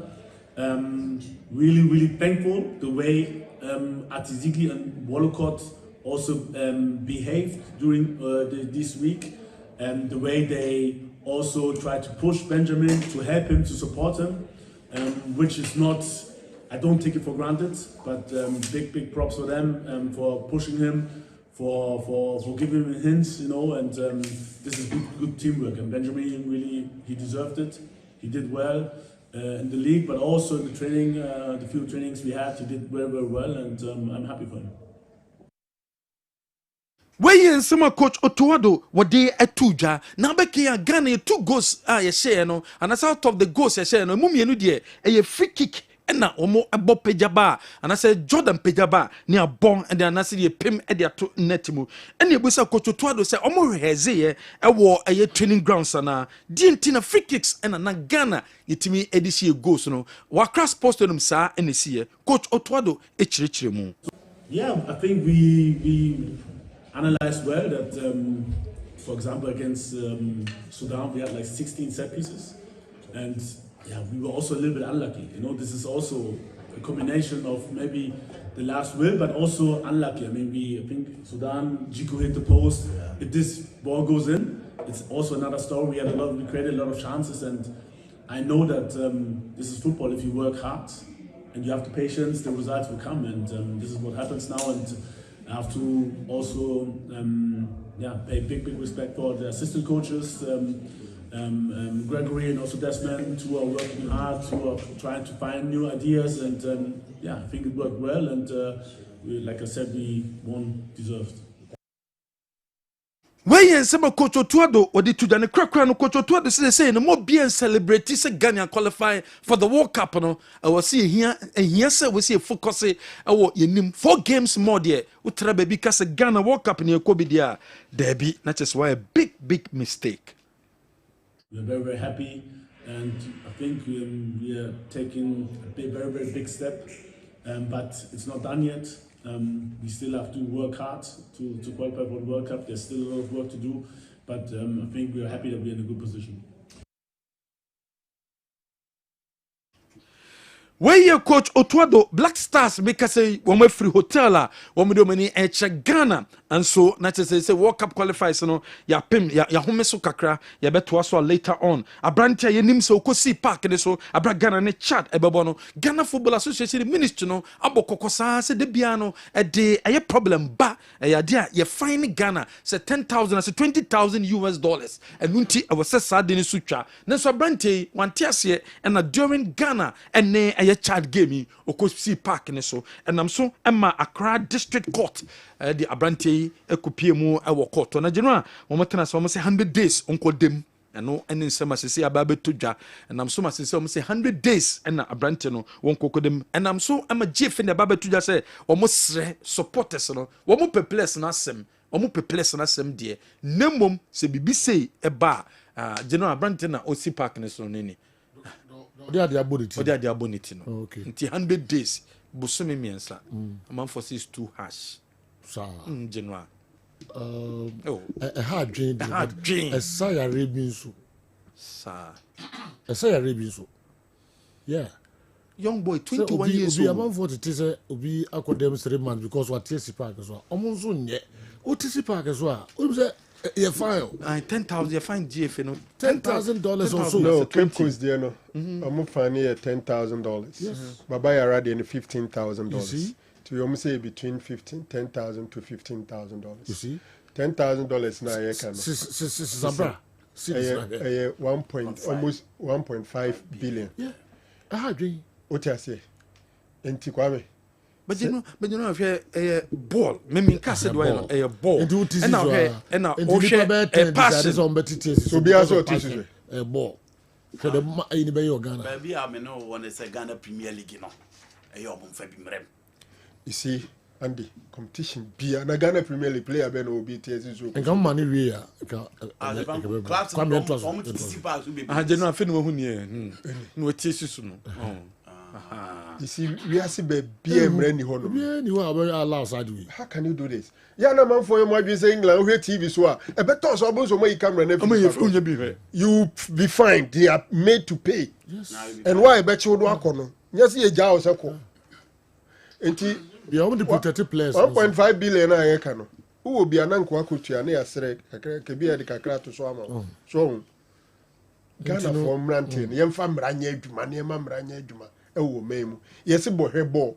Me green team so game cause was what TSC Parks. None about Kuba, Cape Coast Nino. On the Nitranye, Pussy for no bono, I say, when you're permanent deformity. Yeah. The senior Yaka no bar, but seems to say, environment radios no may appeal. Nam catchers also uncle. Okay, young quick. Ghana Football Association are charging Vision FC for. Or my charge vision for match how many nations a boy sa any nation supporters and an kontokwa and so many nations supporter nemum vision for team na and a supporters me no omo e kontokwa ya charge omo so many football ni ma twitwi form say omo post match teams no omo enko and I'm so my GF na charge Bazake Holy Stars Dreams Samates, Brekum Chelsea, Young Apostles, Accra Lions, Vision, and a Karela. Ya charge your munina say empono womo enko post match. Abdul Gazeli and a Geno di Tuja. Say Sabre yes on show respect to Kumasi Asante Kodoko. On say on show respect to Kumasi. On show respect to Kumasi Asante Kodoko. But Kotoko. On the Kotoko game no na a good game. Yentie Bazagi. Gazeli semwa odi Tuja. Well, they also look good because they beat us. They won out of 6 points. They have picked 4. We picked 1. I think they also play well. I cannot disrespect them. They also played, but tactically they don't look disciplined and they don't look better than my players. It's just that we concede the goal, and that's it. Most had to play after 6 points. When playing against well, to me, it was I started by saying that it was an ordinary game like the games that we have been playing. Because it's a club name that is bigger than Holy Stars. I always say, but when it comes to player, we have mature players in our team. He said, he has played Kotoko long time before. Some of them were even in Coast Club and Division 2 clubs. So you cannot say that we didn't. I have to respect them. They have played better, but not better than us we did in the game. Well, they also look good because they beat us. They won. Zeli a coach at the Mabazake Holy Stars. Also, referees, they are humans. Until I am a mistake, it me eba if you must say. And when they make the errors, we keep it that way, and then we move on. I think going forward, they also correct their mistakes after watching the clips. I know we all made mistakes. It was a mistake that they were making. I know they can change or they can correct it. When they correct it, why not? Officiating is the same game. I don't want to talk about officiating of speaking. Sometimes it goes in your favor, sometimes it doesn't go in your favor. So when you don't go in your favor, you take it a lot. When you go in your favor, you take it a lot.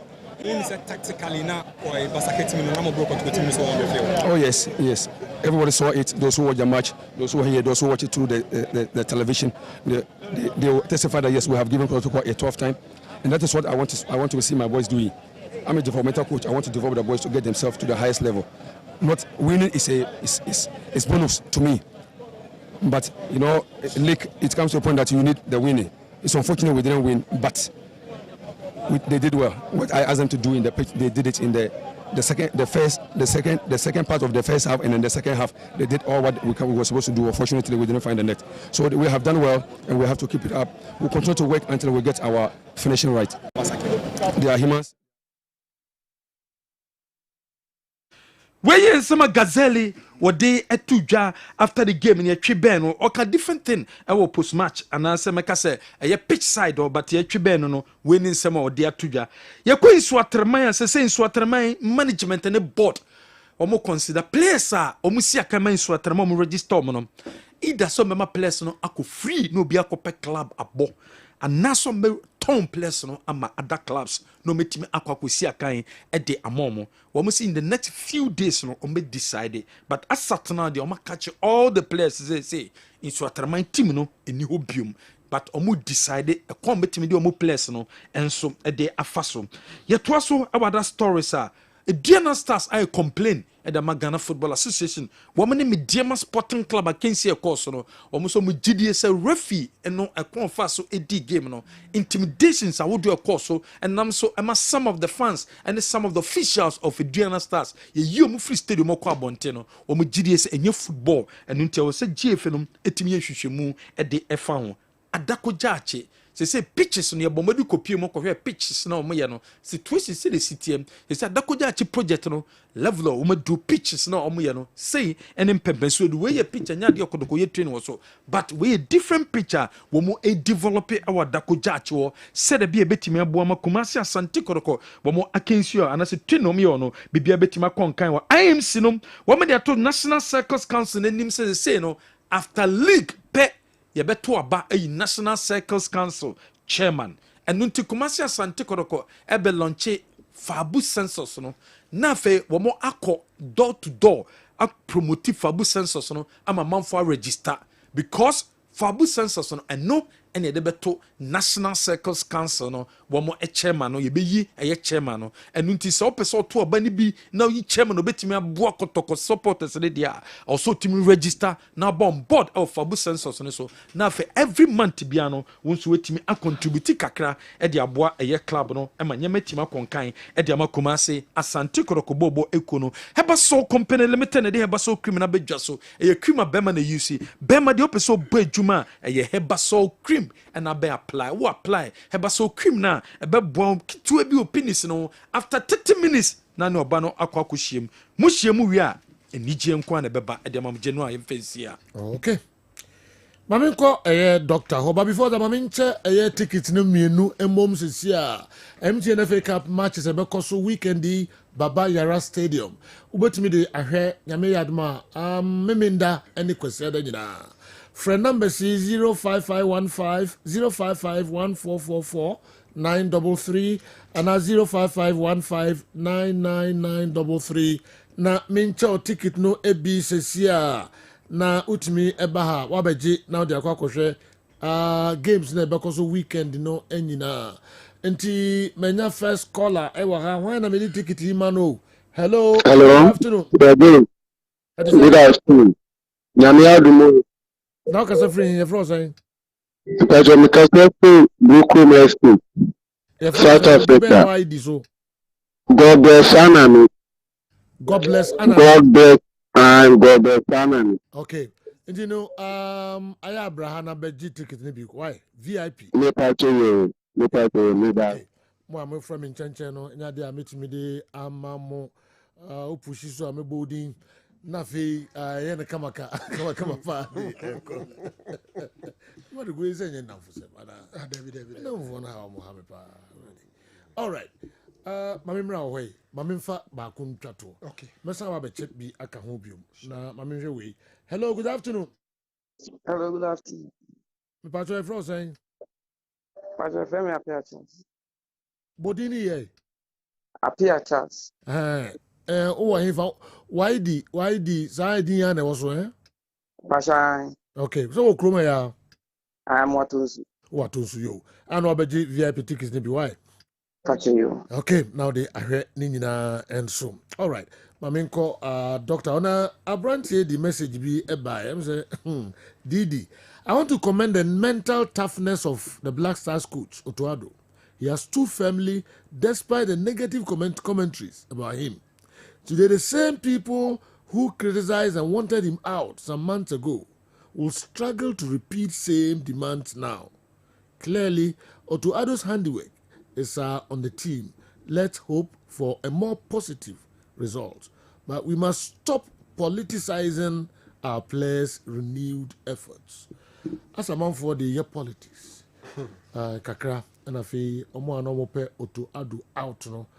Didi pese o chese wa silence o mo ana say be diama say safo no be kase ne yempam no yes di ne we no Madam Fubi our TV station cry friend prof and pay or send a similar message at the mommy. No bisa me say yeah okay obisa me say nay na to you and I say it was to me. Okay. Yeah, prof was asking me say and me ba me call it for the sack of Utuado ana. Na me catch and say adeɛ baako pɛ me kai me repeat pen say adeɛ baako ehu hia pa e ma coach be keeping a job a good results. If the results are not coming, coach no ehu hia say ye be koso am watana wa ye adwuma. Okay. Na me can results nye results baako. Na me refer ni to say when we're asking for the head of Utuado. Yeah. Adia Ghana, your circumstances are yentime amfan qualify for African Cup of Nations. Looking at teams are any omuboy no. Ya bakosem yenya coach bi ma ni nhwie sa e ma nto aso nye na adwuma da. We are no the free ho no ma. Men kaisa Ghana obi abefa team no say 6 matches. Untumi nhye ba akokora. Na Ghana for boy ensema no say na to aso.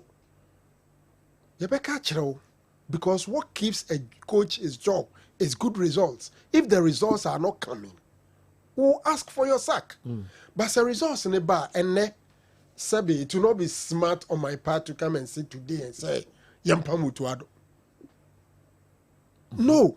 Okay. Why would I come here and say Yampa Mutuado when the results have started coming? I've not been convinced he's been extremely good. But General, Omo Munimno, the GFA, the Black Stars Management Committee, aye dwuma papa on the players. Then kind of crunch manful. The GFA, the Black Stars Management Committee.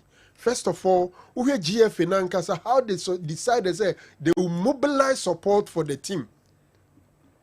Asamoja mo in Stevapia why ye Anthony Bafuma kokasa ya kokobra ye bo amone swag for na kushia omo parliamentary select committee. They've shipped enthusiasm and rallied Ghanaians alongside in the midst of so much darkness and disappointment by the Black Stars because Omantuan Fire and qualify. And then me Jordan are you for the first time in so many years say wabo pass nanko in order in say gunity. That alone told me, say, Jordan, pass uncle ya, umusa aseno. And Minsura Mekaza in the colors of the Black Stars, yesterday was one of the best games for Jordan Ayew. Okay. 3 assists. 3 assists, 2 from set pieces. Now the third goal, no Dodima Kudu Sunday, but you pass in it to proper number 10 for this pass, no, ebe to the amount. A pass I always Luka Modric mo no atosa pass no de ato no with the amount through or split defense no na attack na fa chira kwa kofa. And I think that one Black Stars boys na nkasa per World Cup na ko enti o ma ho keka na ade e wosoro. He also got his selection wall. Even another game no where ya o lineup or ball no and they compare the ball hana as chira ne say obo formation tactics no depending on the opponent and the situation. Yene Chad no, this is Chad. In Tisanete there are only one holding midfielder in Thomas Day Party. Yanko all out offensive. But then Rano, Yehu Abu Francis, if I think he played 3 back. That's what I saw. Obo Jerome, Salisu, and Jiku. And Obo wing back, Shindela, and then Gideon. Then he has Partey and then Abu Francis.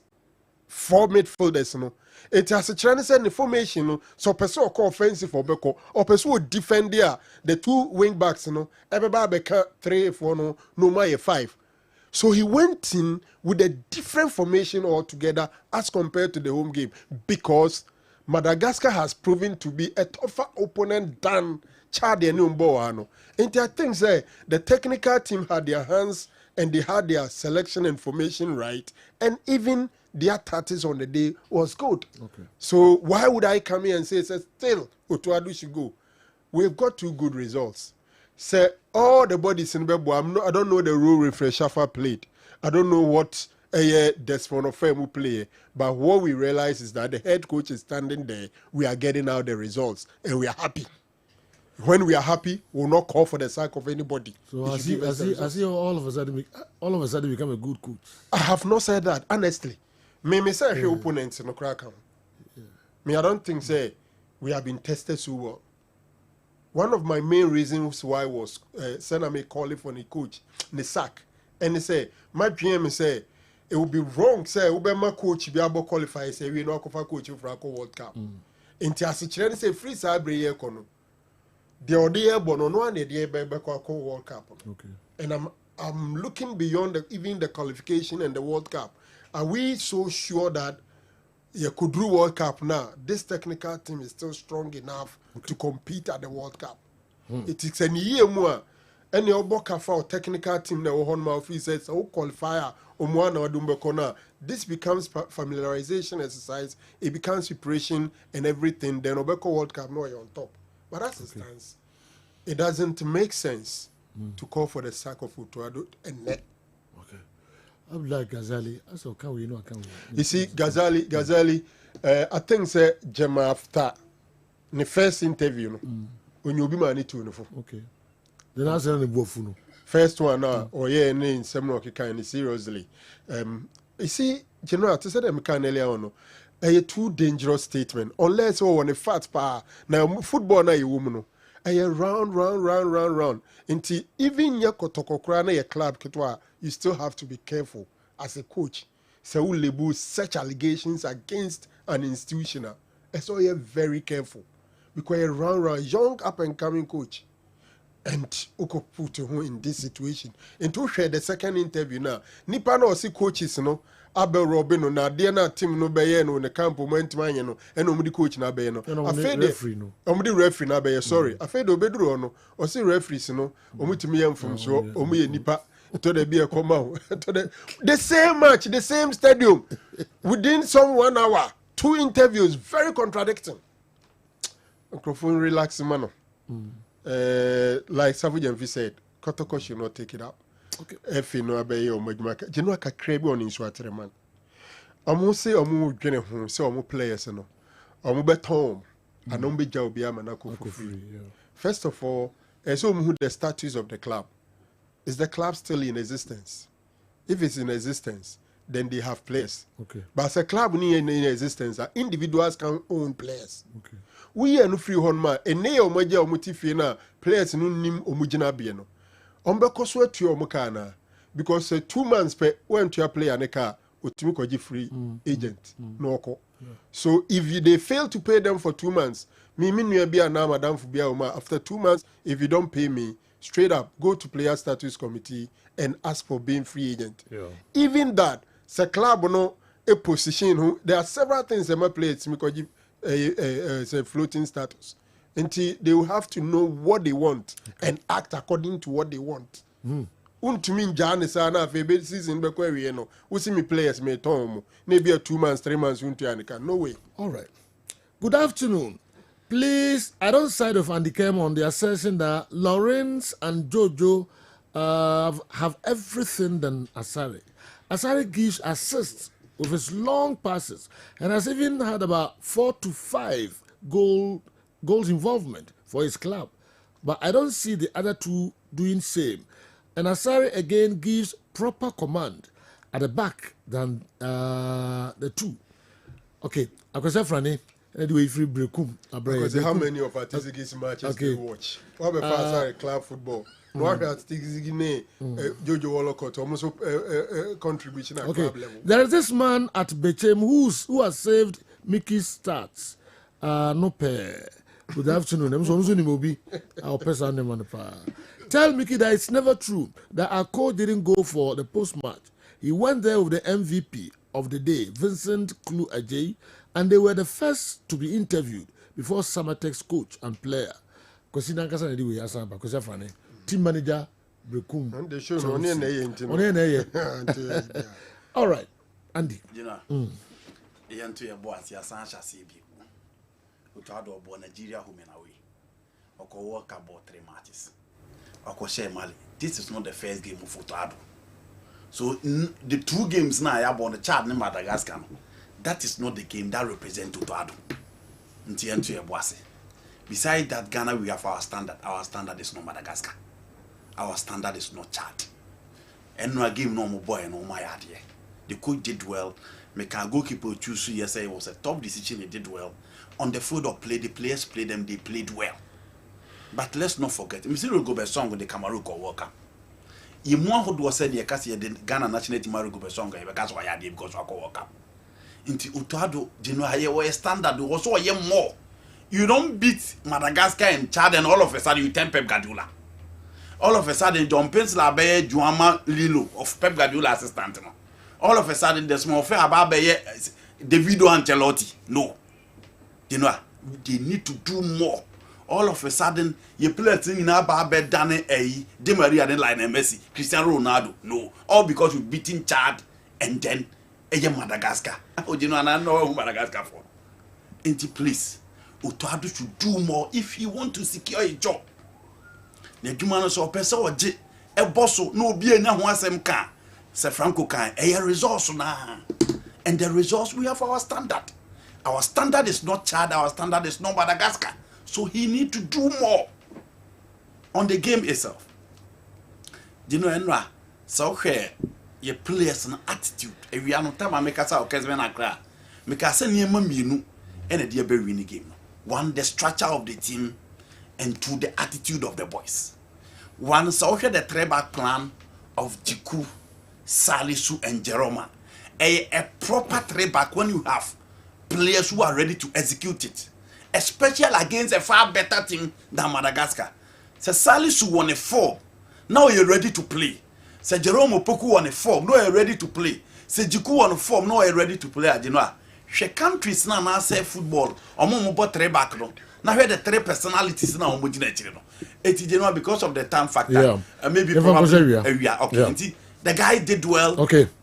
Several about the attitude of Jordan. And look at Kudus in the last 2 games. They played well. Yeah, the best about Randolph Owusu Boateng, una assistant coach Emma Young Apostles, and have a PE tutor Wenchi Methodist Senior High School, and then your birthday. Randolph Owusu Boateng, you was so happy birthday. General, I'm family for say spend the love a free year, and so the entire so spend the love our Garden City University. Okay. And then spend the love birthday. I'm offering in Pong. Minua ba me didn't chiba. Okay, wow. Felix, wow. Baba. Okay. Spend the love. Spend the love. Happy birthday to you. Bad cry. Thank you. Elibisia, bonim bibi en free wama. David. Okay. And ye pedi mu breaking news of for and so ba translate. Yen sensia no na pepe. I'm ready extra time jume de no ebe bremo no. Yedama sepa ya kram.